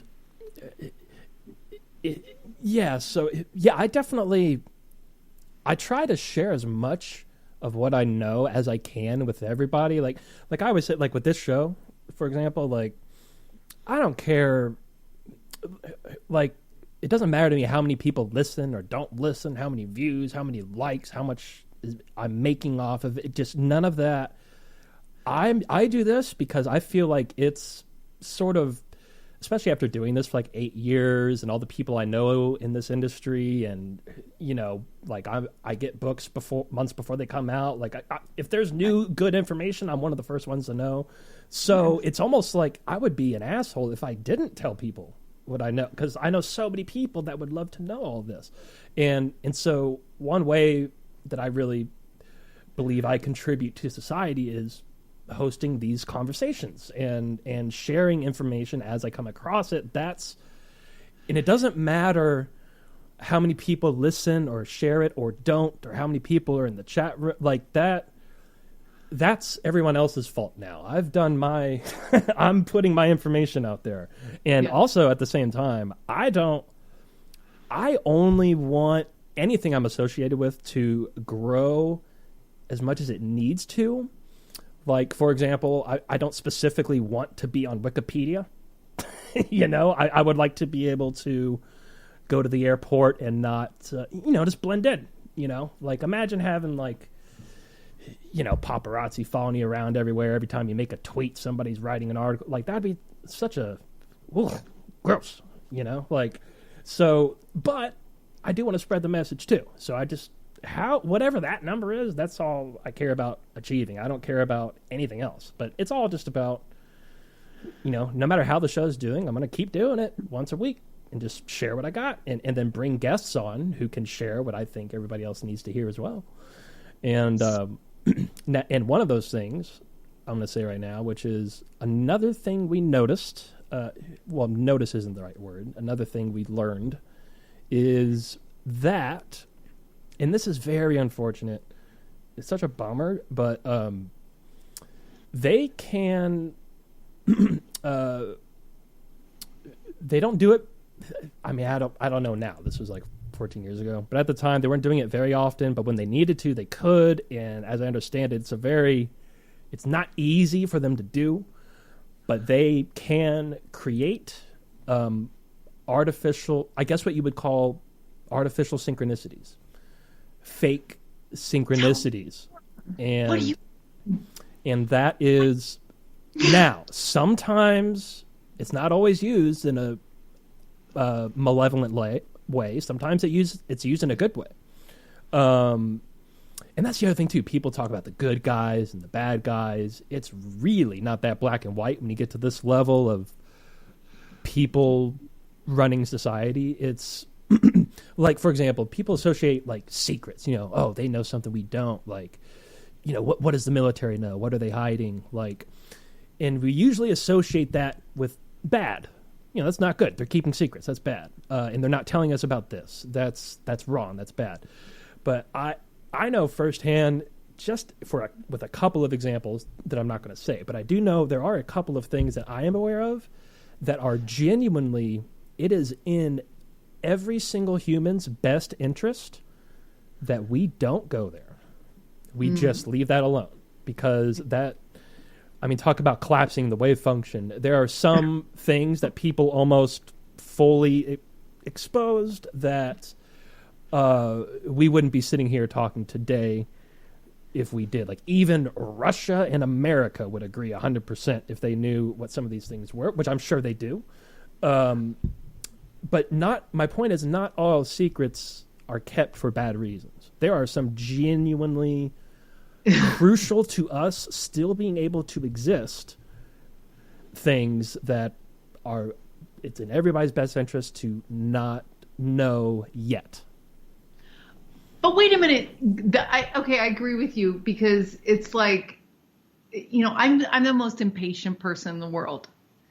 People in the chat are like, oh, wait, this isn't on heaven on earth yet. Slow down. And I'm just like, no, let's get there. I want galactic renaissance tomorrow. We can do it. Like, let's have it, let's do it. So yeah, we're not there yet. That's for sure. There's a lot of really effed up stuff happening. But I want to ask you, what do you mean that they can create synchronicities? I know that someone rich could create an event that would happen around you just by paying people to do that. But what are you talking about? What do you mean? Are they actually manipulating the field of frequencies to cause that, or what do you mean? I can definitely explain it better to you in person when there's not. I don't know. Are you going to Contact in the Desert this year by any chance, or do you do any of those conferences? We are gonna be. I'm gonna be in Spain, launching our Purpose Lab, which in Ibiza right before, and so I can't go this year. But I usually do go, but I won't be there, unfortunately. Okay, and then, well, whether it's that or Conscious Life Expo, or I go. Are you in Southern California? Like, I'm actually in Sedona. I used to live in LA. That's right, and you said that. Okay. Too, so. I've got several friends out there. Very cool place. That's another one of those places, like that place and Joshua Tree both have this thing, for me at least, where there's a frequency there, and you can feel it. Yeah. You start feeling it before you, like, as you're driving up to it, and both have their own unique signature frequency, which actually there's a big tie-in with Shambhala and Sedona and Joshua Tree that I definitely have to tell you before we get off here. But what I was saying, though, is at some point, because not only do I want to tell you that, I think it's important that someone like you does know this, and but I just cannot explain that here. Okay. It's just not a good idea. Okay. But it's Fair enough.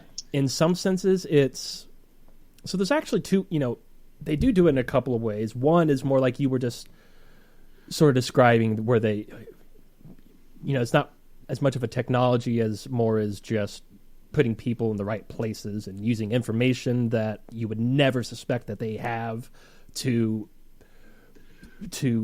basically act in front of you and create something that they know is going to be a synchronicity for you. They do that. But they also have they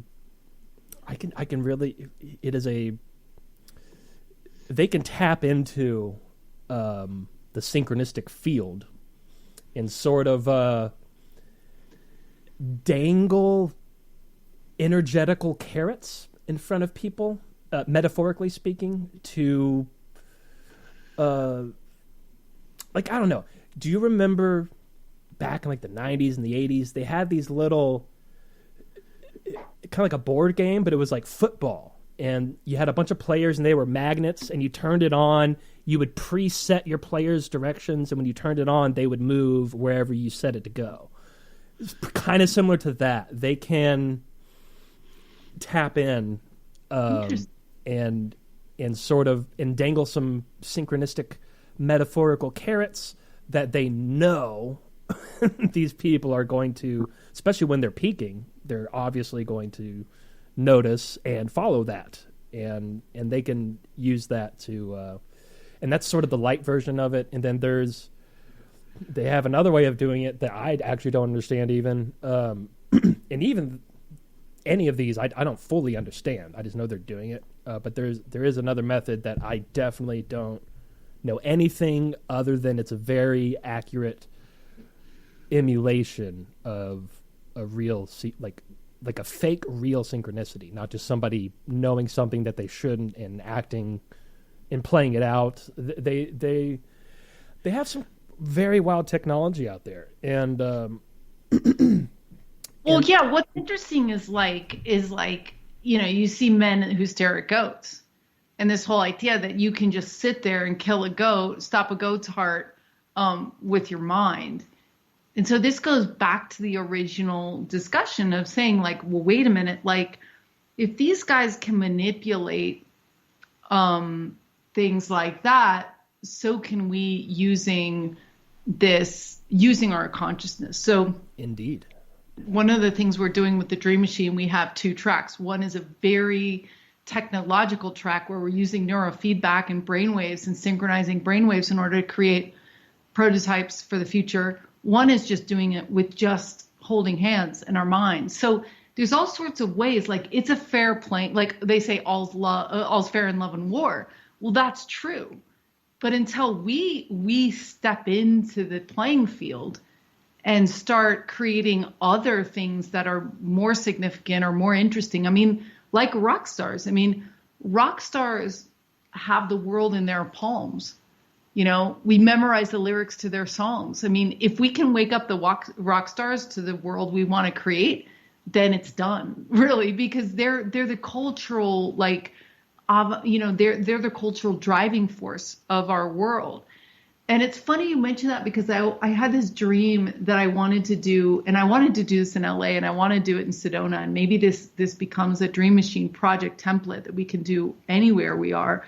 But this idea of having an Airbnb, but it was an experience where we were going to hire locals to interact with the couple that comes for 48 hours, and they don't know who's an actor and who's just a random person. So we were actually, it's funny because here I'm thinking of using the same mechanics to, I was influenced by seeing a lot of the immersive theater in Los Angeles, where you don't know what, the actors are, you're not in a theater, you're walking down the street and they're telling you to go to a hotel room and this and that. It's like the theater is happening all around you. So this is like, we want to have these interesting experiences. And I always thought it would be fun to have, something like this. So it's interesting that you can do things destructively or you can do things constructively all day long. So it'd be fun to use the same hacks to really make the world better. So it'd be fun if we understood their technology and also played with their mechanics. Absolutely. And I think it's people like you that are going to bring that more into the public. And I think we're not too far away, because I feel I might have given the wrong impression that those ways that they were able to manipulate the synchronistic space, specifically tailored for individuals as well as groups, it wasn't all for bad reasons. Some of those situations were for very good. In fact, most of them were for what we thought were bad reasons at the time, until we later learned, going back to there's a good reason to keep some stuff secret. It was actually for a pretty good reason. Interesting. And there's definitely there is an elite level of scientists and experimentation and researchers that are, I mean, like whatever you and me, like anybody, just average person thinks is cutting edge technology, like they're on a whole different, there's a group of people on a whole different other cutting edge. And it's really more about, now out of all the, whether it's our government or like, think like whether it's covering up UFOs or obscuring the facts around JFK assassination, like whatever the conspiracy theory is, like there's, they obviously put a lot of effort and try very hard to cover some things up and hide some things. However, they don't put more effort into anything like the amount of effort they put into making sure we don't figure out exactly what this reality is. Because they don't know what it is yet either. And they want to know first. So they'll admit to you 100 times over who killed Kennedy before they ever tell you what this place is we're in right now. Not that they necessarily know right now either. But there is a whole... And so also a lot of... I can definitely say this. A lot of the...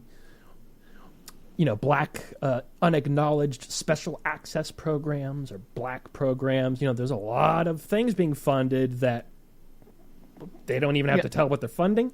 And most people just assume that is for negative things. I know for sure a lot of that is just going to this real frontier research into understanding what this reality is. What is this thing we're in? That's where a lot of it is going. I'm sure there's a lot of bad stuff going on too, but just in my experience, everything that we thought was like a negative situation, at the end of the day, was all actually for very good reason. Interesting. Tomorrow I'm going to the World Research Library, this massive library. It has Royal Rife's handwritten notes about all his frequencies. It has all of these amazing texts from the 1400s. And the guy looked at me, he's like, man, people think that they've got this hot new invention, all this technology, when pretty much every time some crazy scientist tells me something, I'm like, oh, that already exists. It got obfuscated. Like you were mentioning earlier, it's been hidden from us. The book got burned, whatever happened, right? Alexander, and he was like, really, and then he pulled out this huge metal projector thing with different colored filters. And he's like, this cured my dad of being a paraplegic. And they said, well, even if, they were completely shocked when it cured him. And then they're like, oh, but he's never going to be able to go to the bathroom again or whatever, control his whatever. And then he got that sorted out as well. And he's like, look, here's the book. And he opens this book to me. And it's every single disease with the exact ratio of light for how much long you have to put it. And it was complete recipe, very complex thing. And he's like, oh, yeah. And then he texted us yesterday and told us exactly where to buy the whole machine for $108, plus the gels, the book, the light. So it's that was one of the things that was a crisis in my identity crisis or reality crisis that I had. It was I was a technology geek, running tech companies, into augmented reality, all the stuff. And then I'm like, people are telling me that like the ancient people knew how everything worked. And I was like, well, they don't know anything because we're in this world, like AI, like figure that out, But actually, this is what's so ironic is that not only can we tap into the knowingness of everything if you forgive and cultivate your inner world, so you're like essentially smarter than all those scientists, or you can be getting all these weird downloads, or you can talk to ETs, which is also pretty cool, or you can use very rudimentary technology, whether it's prayer and intention like they do in China and South America. Like they're doing surgeries without anesthesia because they've got women sitting there or people, whatever, going, and the person is like having open knife surgery and they're not feeling everything. I mean, that is the greatest technology we have is our body, our heart, and our mind. And so let's get on that tip because it's free. And, I really love this. Pat guy was like talking about the number 144. And, I've studied the Maharishi effect with 7,000 CD, meditators, or is it 7 million or 8 million or whatever. But maybe it is 144, maybe that 144,000 because it's in all the ancient, texts. Like maybe that's our tipping point. And if it is, we are very close to starting this party. Yeah, and I wouldn't be surprised if it is. And to be clear, the number suggested by Celestine Prophecy, they specifically said that's not an exact number, just that it's more than 100,000 and it's not 200.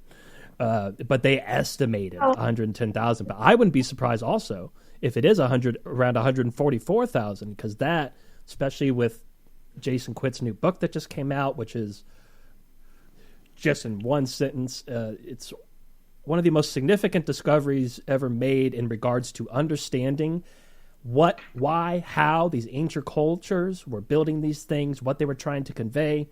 The biggest discovery in regards to understanding that since like the discovery of the pyramids themselves.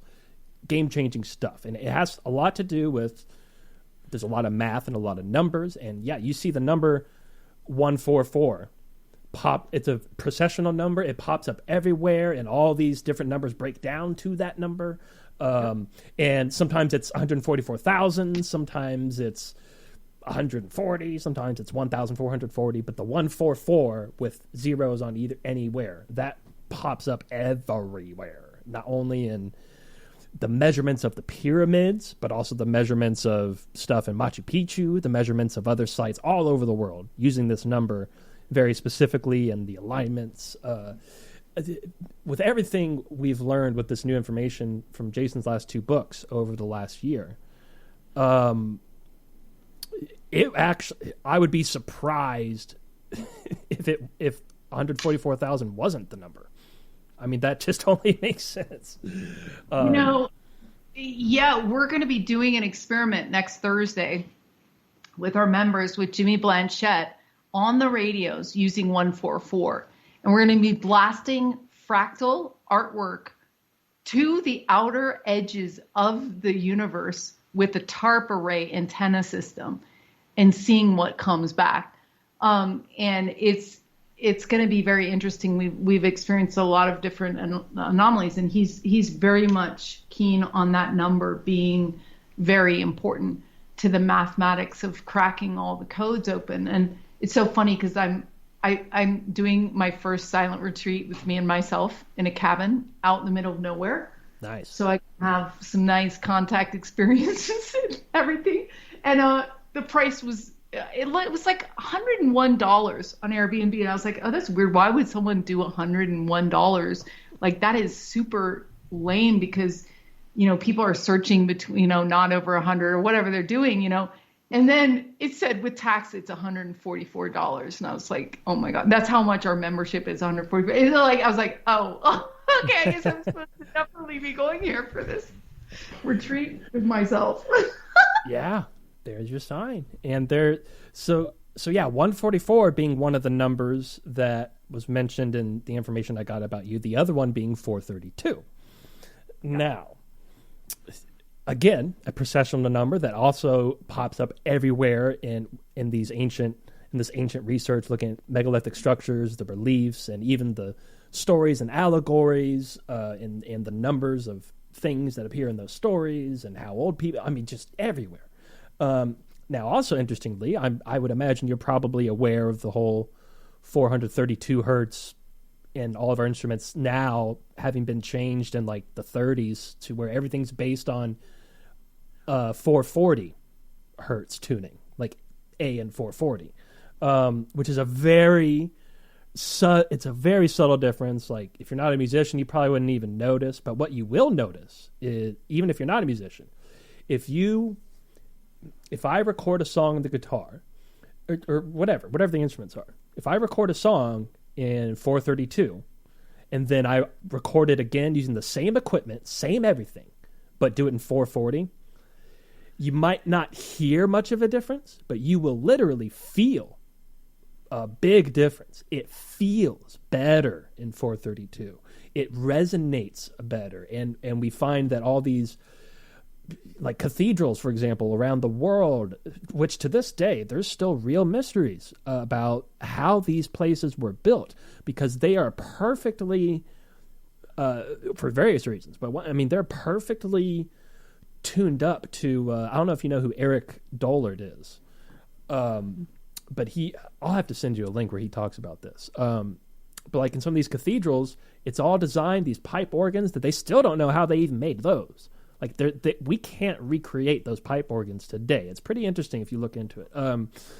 But they have it all set up to where there's a certain spot in that room. The whole structure is designed to resonate with certain frequencies to literally give you a euphoric, like psychedelic experience if you sit in that spot while they're playing the music from the organ. And they, and this Eric Dollard guy talks about how, and also you can increase the magnitude of that experience by eating a specific diet before, making sure you don't have too much, getting your pH balance in order, and in very, being in the healthiest state possible drastically increases that as well. But when you change everything to 440, like instead of if you change to 440, it's like like it sounds the same. It's barely, it is a difference. It's enough to throw everything off to where that resonance magic doesn't happen in cathedral. Well, those organs are built in there, but if you were to play guitar or anything else, it's not going to resonate, not only with these buildings, but with us organically.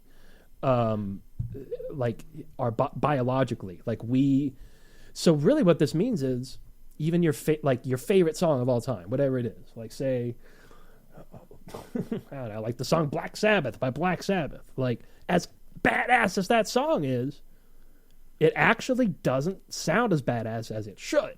Because if they did that in 432, you would feel it, you would resonate with it better. Or a beautiful song like Everlong, like that would just hit you so much better in 432, even though audibly you can barely tell the difference. But on a frequency vibration level. And it's really interesting, and I'm wondering if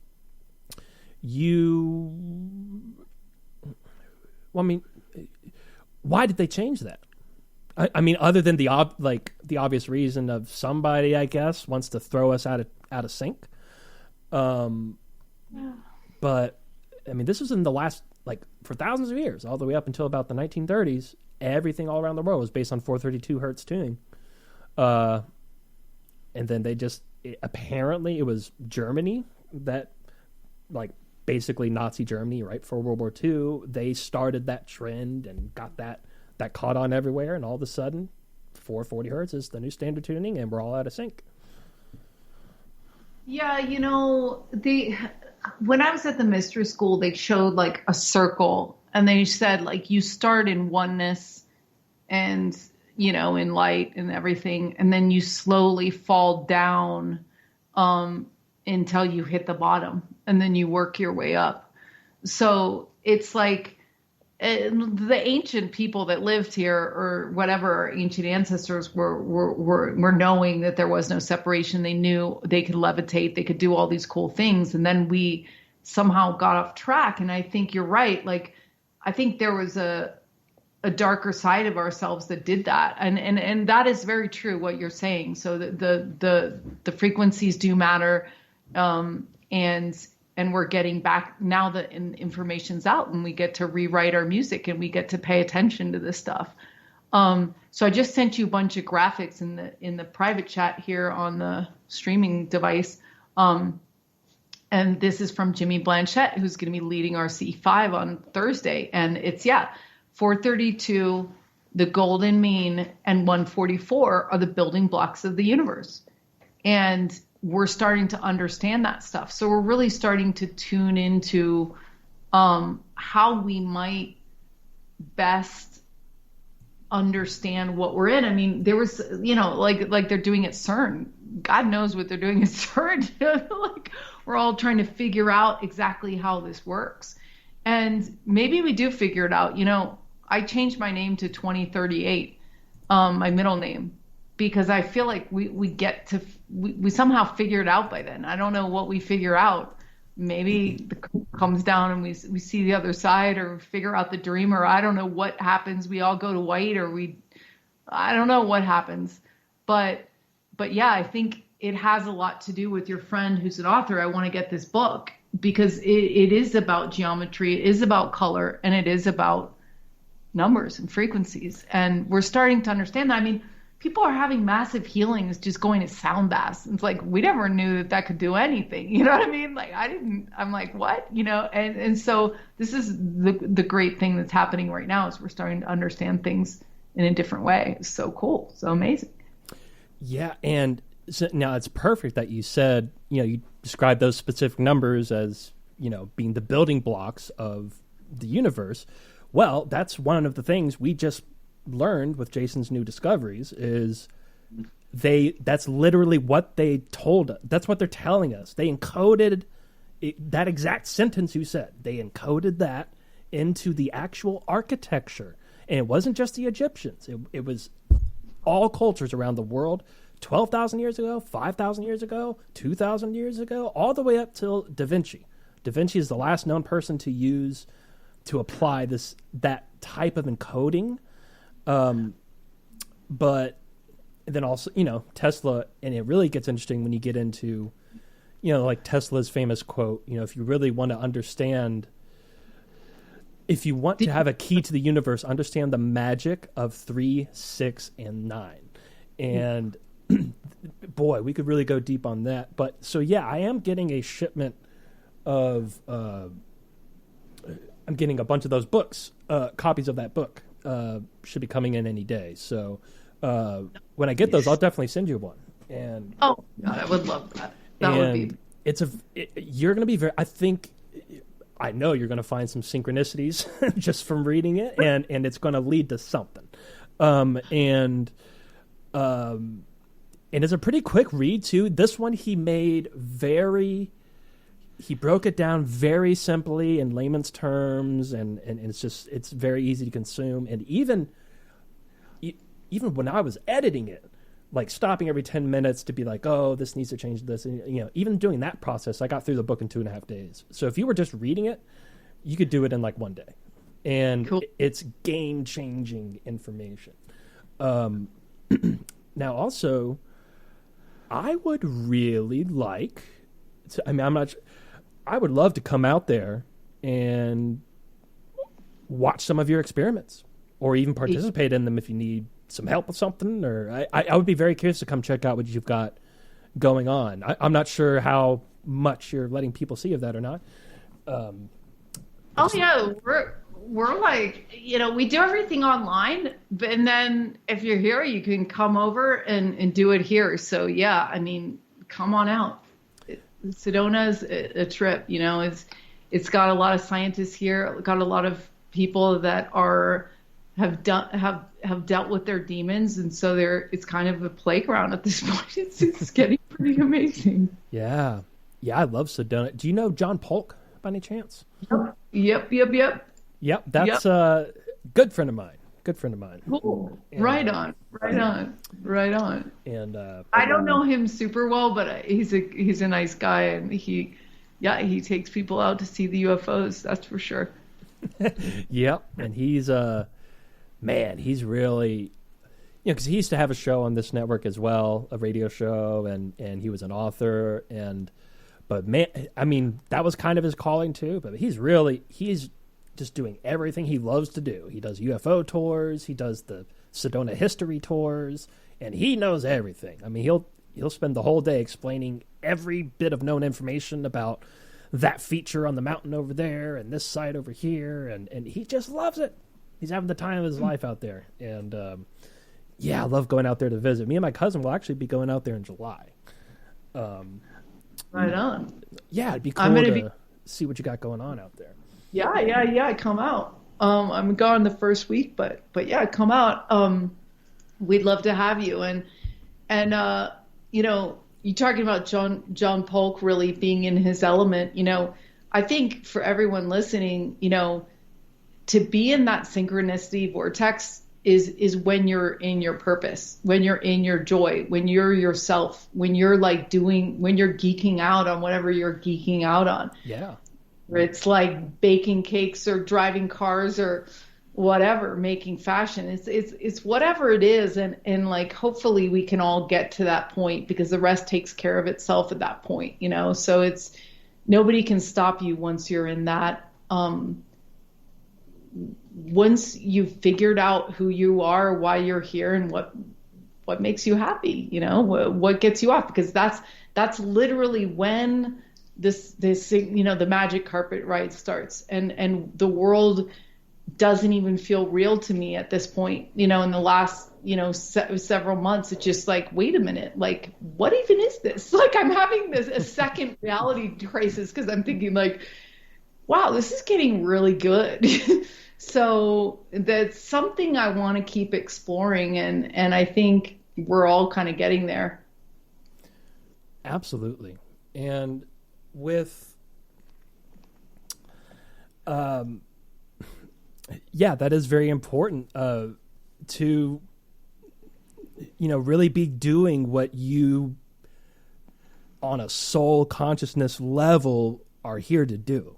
What you like, your I guess you'd say your passion and whatnot, like when you're really living your dream, like, and you're doing that, that's what you're doing with your time. Yeah, that's sort of it was right when I was doing everything I was ever dreamed of doing, like two of those things at once, the music and the skateboarding was all happening at the same time.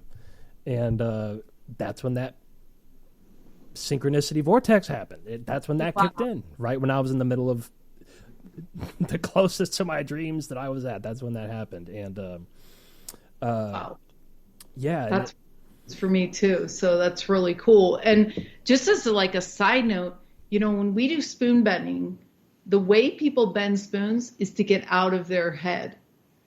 So when you start thinking too much and logic starts clouding your gut response to life, that's when you can get pretty far off track. You'll get somewhere logical, but you won't get into the magic.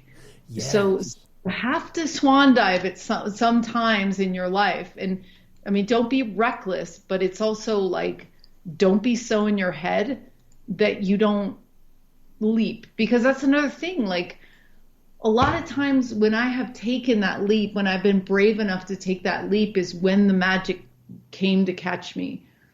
I'm not recommending anyone do anything reckless, but it's also like, experiment in small doses until you get your courage up to keep leaping forward and getting out of your comfort zone and just playing with this reality and seeing where you can take it. Because something about the math wants to see you happy. Like, it wants to see you in that like glory of being you contributing and you fulfilling whatever you designed for this experience for yourself. I mean, you obviously designed something before you jumped in here, and it was obviously a challenge, because this is not easy. Life is not easy. It's not easy. It definitely isn't. And when I look, I wasn't really into astrology, but then I was sort of looking at it like, oh wow, North Node, South Node. It's like your greatest challenges are right at your fear zone. Your greatest breakthroughs. And once you get through that fear zone of your, whatever it is for you, that's your fear zone, That's where all the power comes back to you and the magic comes back to you, is because you're completing your evolutionary curve.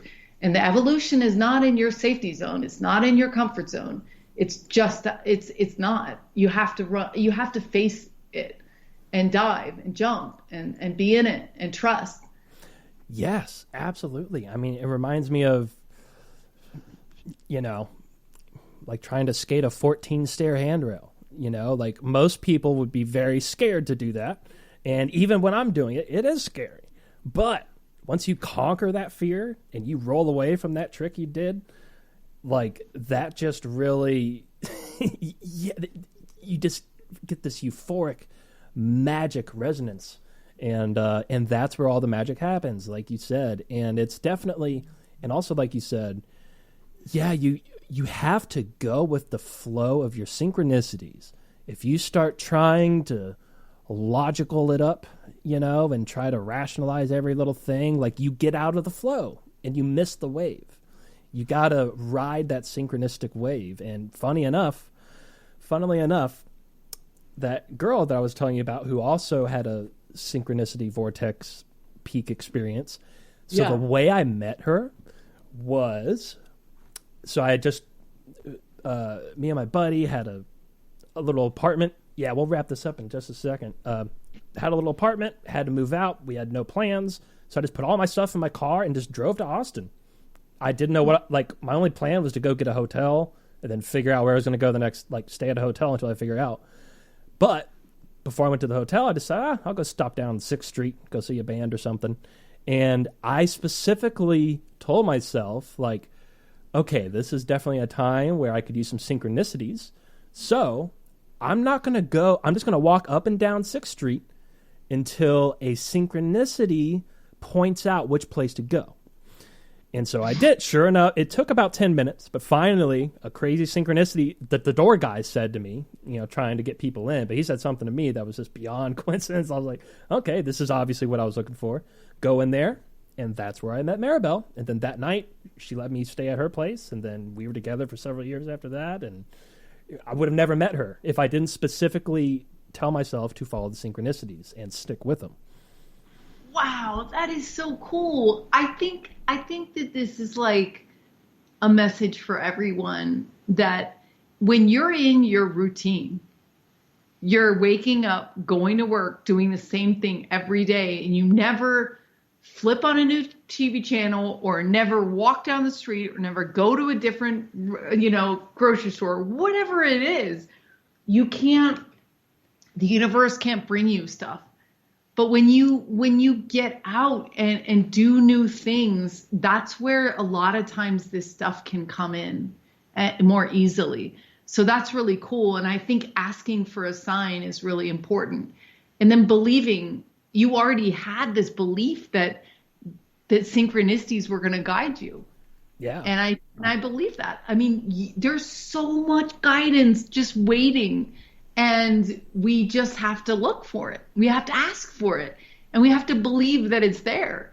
And so that's really such a cool story. I mean, how wild. I'm going to start trying that hack. I'm going to start trying that and just be like, okay, I'm going to wait. I'm going to be patient. I'm going to walk for 10 minutes until I get that hit.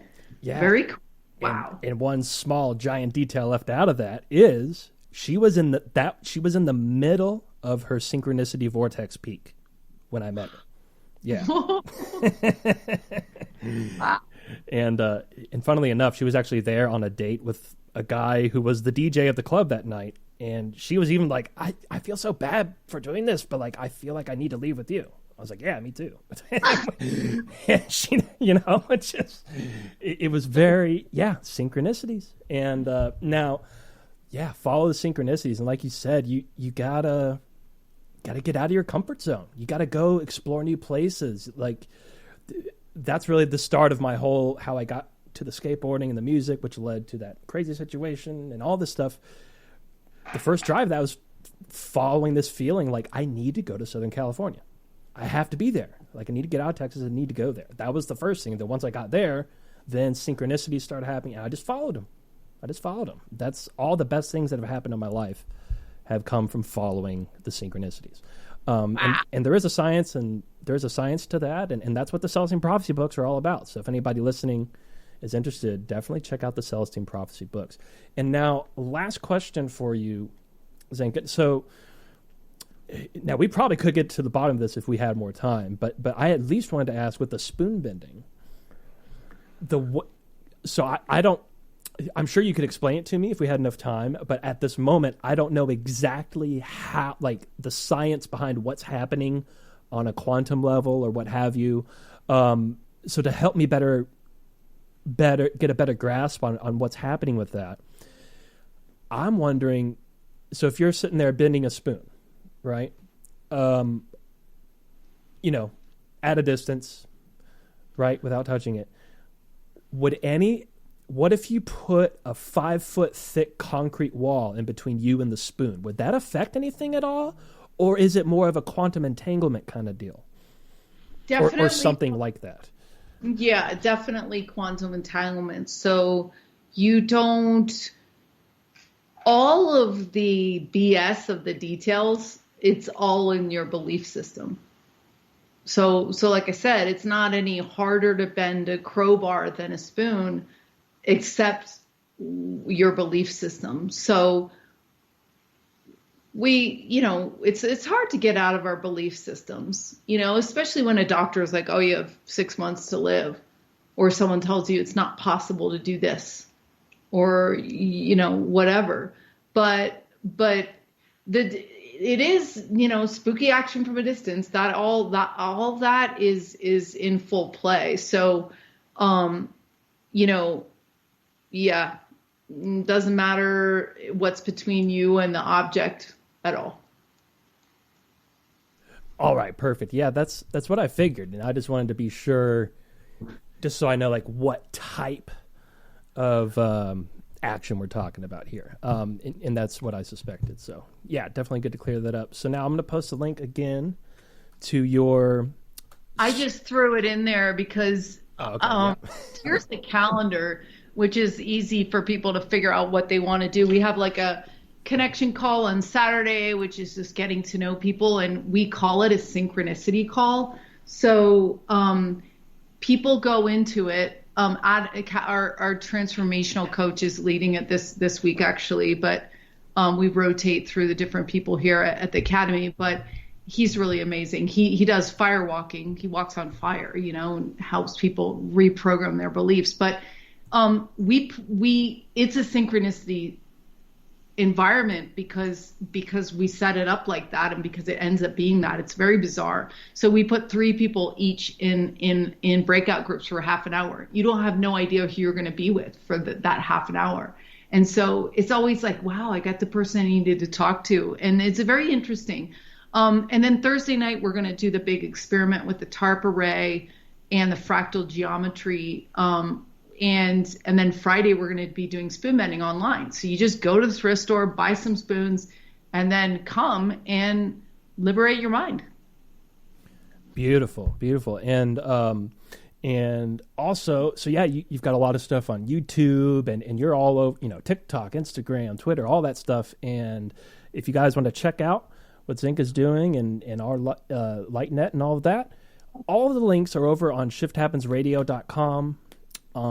From the home menu, right underneath the logo on the homepage, click guest info, and all of the links are right there.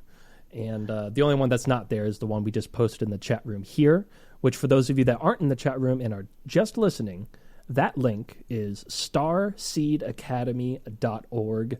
And specifically for those events, starseedacademy.org/calendar. And there you go. There you go. JP says bookmarked. Yeah, stay in touch. This is awesome. I love your community and your mind and your curiosity. And yeah, I can't wait to get the book and come out to Sedona and yeah, let's stay curious. And this is so great. All that you're cultivating with your show. Shift does happen, and you're part of making it happen. So thank you for everything you're doing.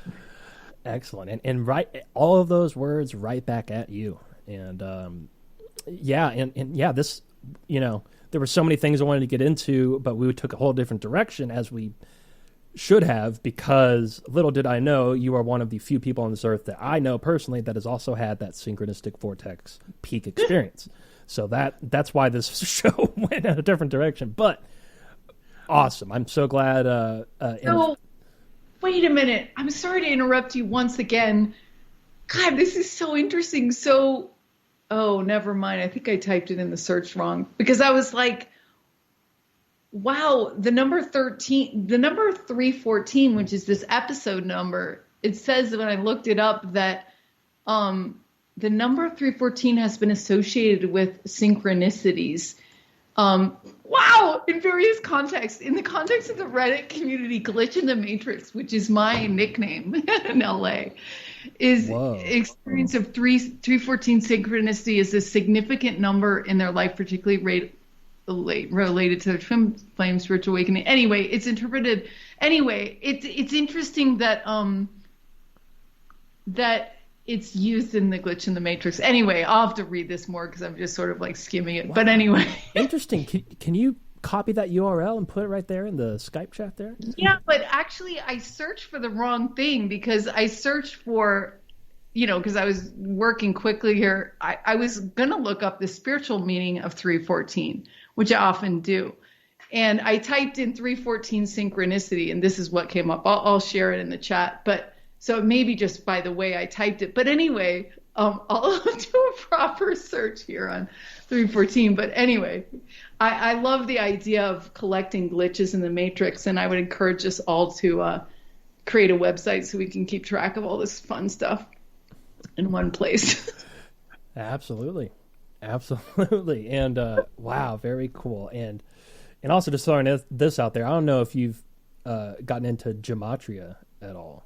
But boy, there's something going on there. I haven't played around with it enough, but it's similar to like the same sort of like, wow, something's really going on here, just as I get with the I Ching.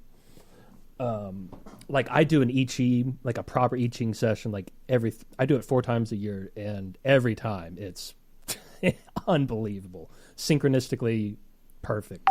It's really amazing. Wow. Yeah. I think that's a way for us all to tap in when you give something meaning and you ask for guidance, just like you ask for synchronicity, you can really get it. So that's cool. Cool. Definitely. And all right, so I know you got to go. So we'll definitely let you go. And thank you again for coming on. And thanks, Michelle, for bringing us together here. And yeah, let's get you back on sometime. And because there's so much stuff we didn't even get to. So right on. Yeah, let's do it again. Sounds great. All right, fantastic. All right, well, thanks again. And have a great night. And we'll talk to you sooner than later. Okay, sounds good. All right, cheers to you. Bye. And there she goes, Zenka Caro. And yeah, 2.5 hours, almost exactly. Pretty good. So yeah, that's pretty much it for tonight. Just a couple of quick things. Be doing some solo Twitch streams. Actually, you know what? I might be going out of town tomorrow. Good point that I just made to myself. So I don't know. But anyway, as usual, if we do any Twitch stuff, we'll be posting about it on Twitter. So you can follow me at Shift Happens Pod. And then me and Jess will are actually getting back to our co-op stream this Tuesday. We're planning either Tuesday or Wednesday. And I feel like there's something else I'm forgetting to bring up, but I don't know. That was a pretty good show, though. And yeah, I know what I'm about to do, though. I'm about to at least watch one. I'm going to go check out that new Conan O'Brien Must Go travel show, which is basically, apparently, it's just like Anthony Bourdain, but with Conan O'Brien. And there's 4 episodes up there on Max, so I'm probably going to check that out. And then, yeah, I'm going to play some Starfield, man. That's right. Play some Starfield. Almost done with the story, too. And I'll definitely stream the end of the mainline story when I do that, if I don't end up going out of town tomorrow. And other than that, I don't think I have any other show stuff other than the Twitch stuff until Shift happens next Friday. So there you go. That's it. And yeah, actually, I really did want to get into the spoon bending quite a bit, but yeah, it was just too fascinating that she had also had that same experience, that I only know one other person that has had that. So we had to go there, and it was a beautiful conversation as a result. Again, thanks to Michelle for hooking this up and bringing us together for the show. So, all right, with that, and without any further ado whatsoever, except, hey, if you want to help support the show, just tell your friends, tell your family, anybody you know that are interested in these types of conversations, let them know that there is a conversation happening here. And every Friday here on the Fringe FM at 7 p.m. Pacific. And replays, you can catch any time on Spotify, the website, and all that good stuff. And if you really want to help even more, you can always go to buymeacoffee.com/shifthappens. In fact, it might be... Let me make sure. I might have been saying the wrong thing for a while. So it's buymeacoffee.com/shifthappens. You can buy us some coffee, some digital coffee, as it were. Help us stay caffeinated. Help me and Brad keep things going here. And it's very simple. You don't have to log in. You don't have to register. You can do Apple Pay, PayPal, Google Pay, whatever. Just one-click deal. Super simple. And a percentage of those proceeds go to various environmental cleanup organizations around the world. So we always appreciate that. But really, the main thing, the only thing we would slightly ask of you is just spread the word. Retweet, share the post, just tell your friends. Let them know that these conversations are happening here every Friday night. And all right, with all that, it is finally time to boogie right on out of here. Ladies and gentlemen, this has been Shift Happens here for the Fringe FM. This show is hosted and produced by yours truly, Gigi. You can follow me, again, on Twitter at ShiftHappensPod. Nope, I'm never going to call it X. I've decided I'm just going to keep calling it Twitter. And then Brad Harris is our associate producer. Very special thanks to him. You can follow him on Twitter at ADSBradHarris. And again, special thanks to Michelle Freed for booking this show. Thanks to everybody that showed up and hung out in the chat room. And I'm going to be quite honest, I was so engaged in the conversation, I wasn't looking too much at the chat room. So sorry if I missed some questions and all that. But anyway, have a great rest of your weekend. Take care. And don't forget to wave bye-bye.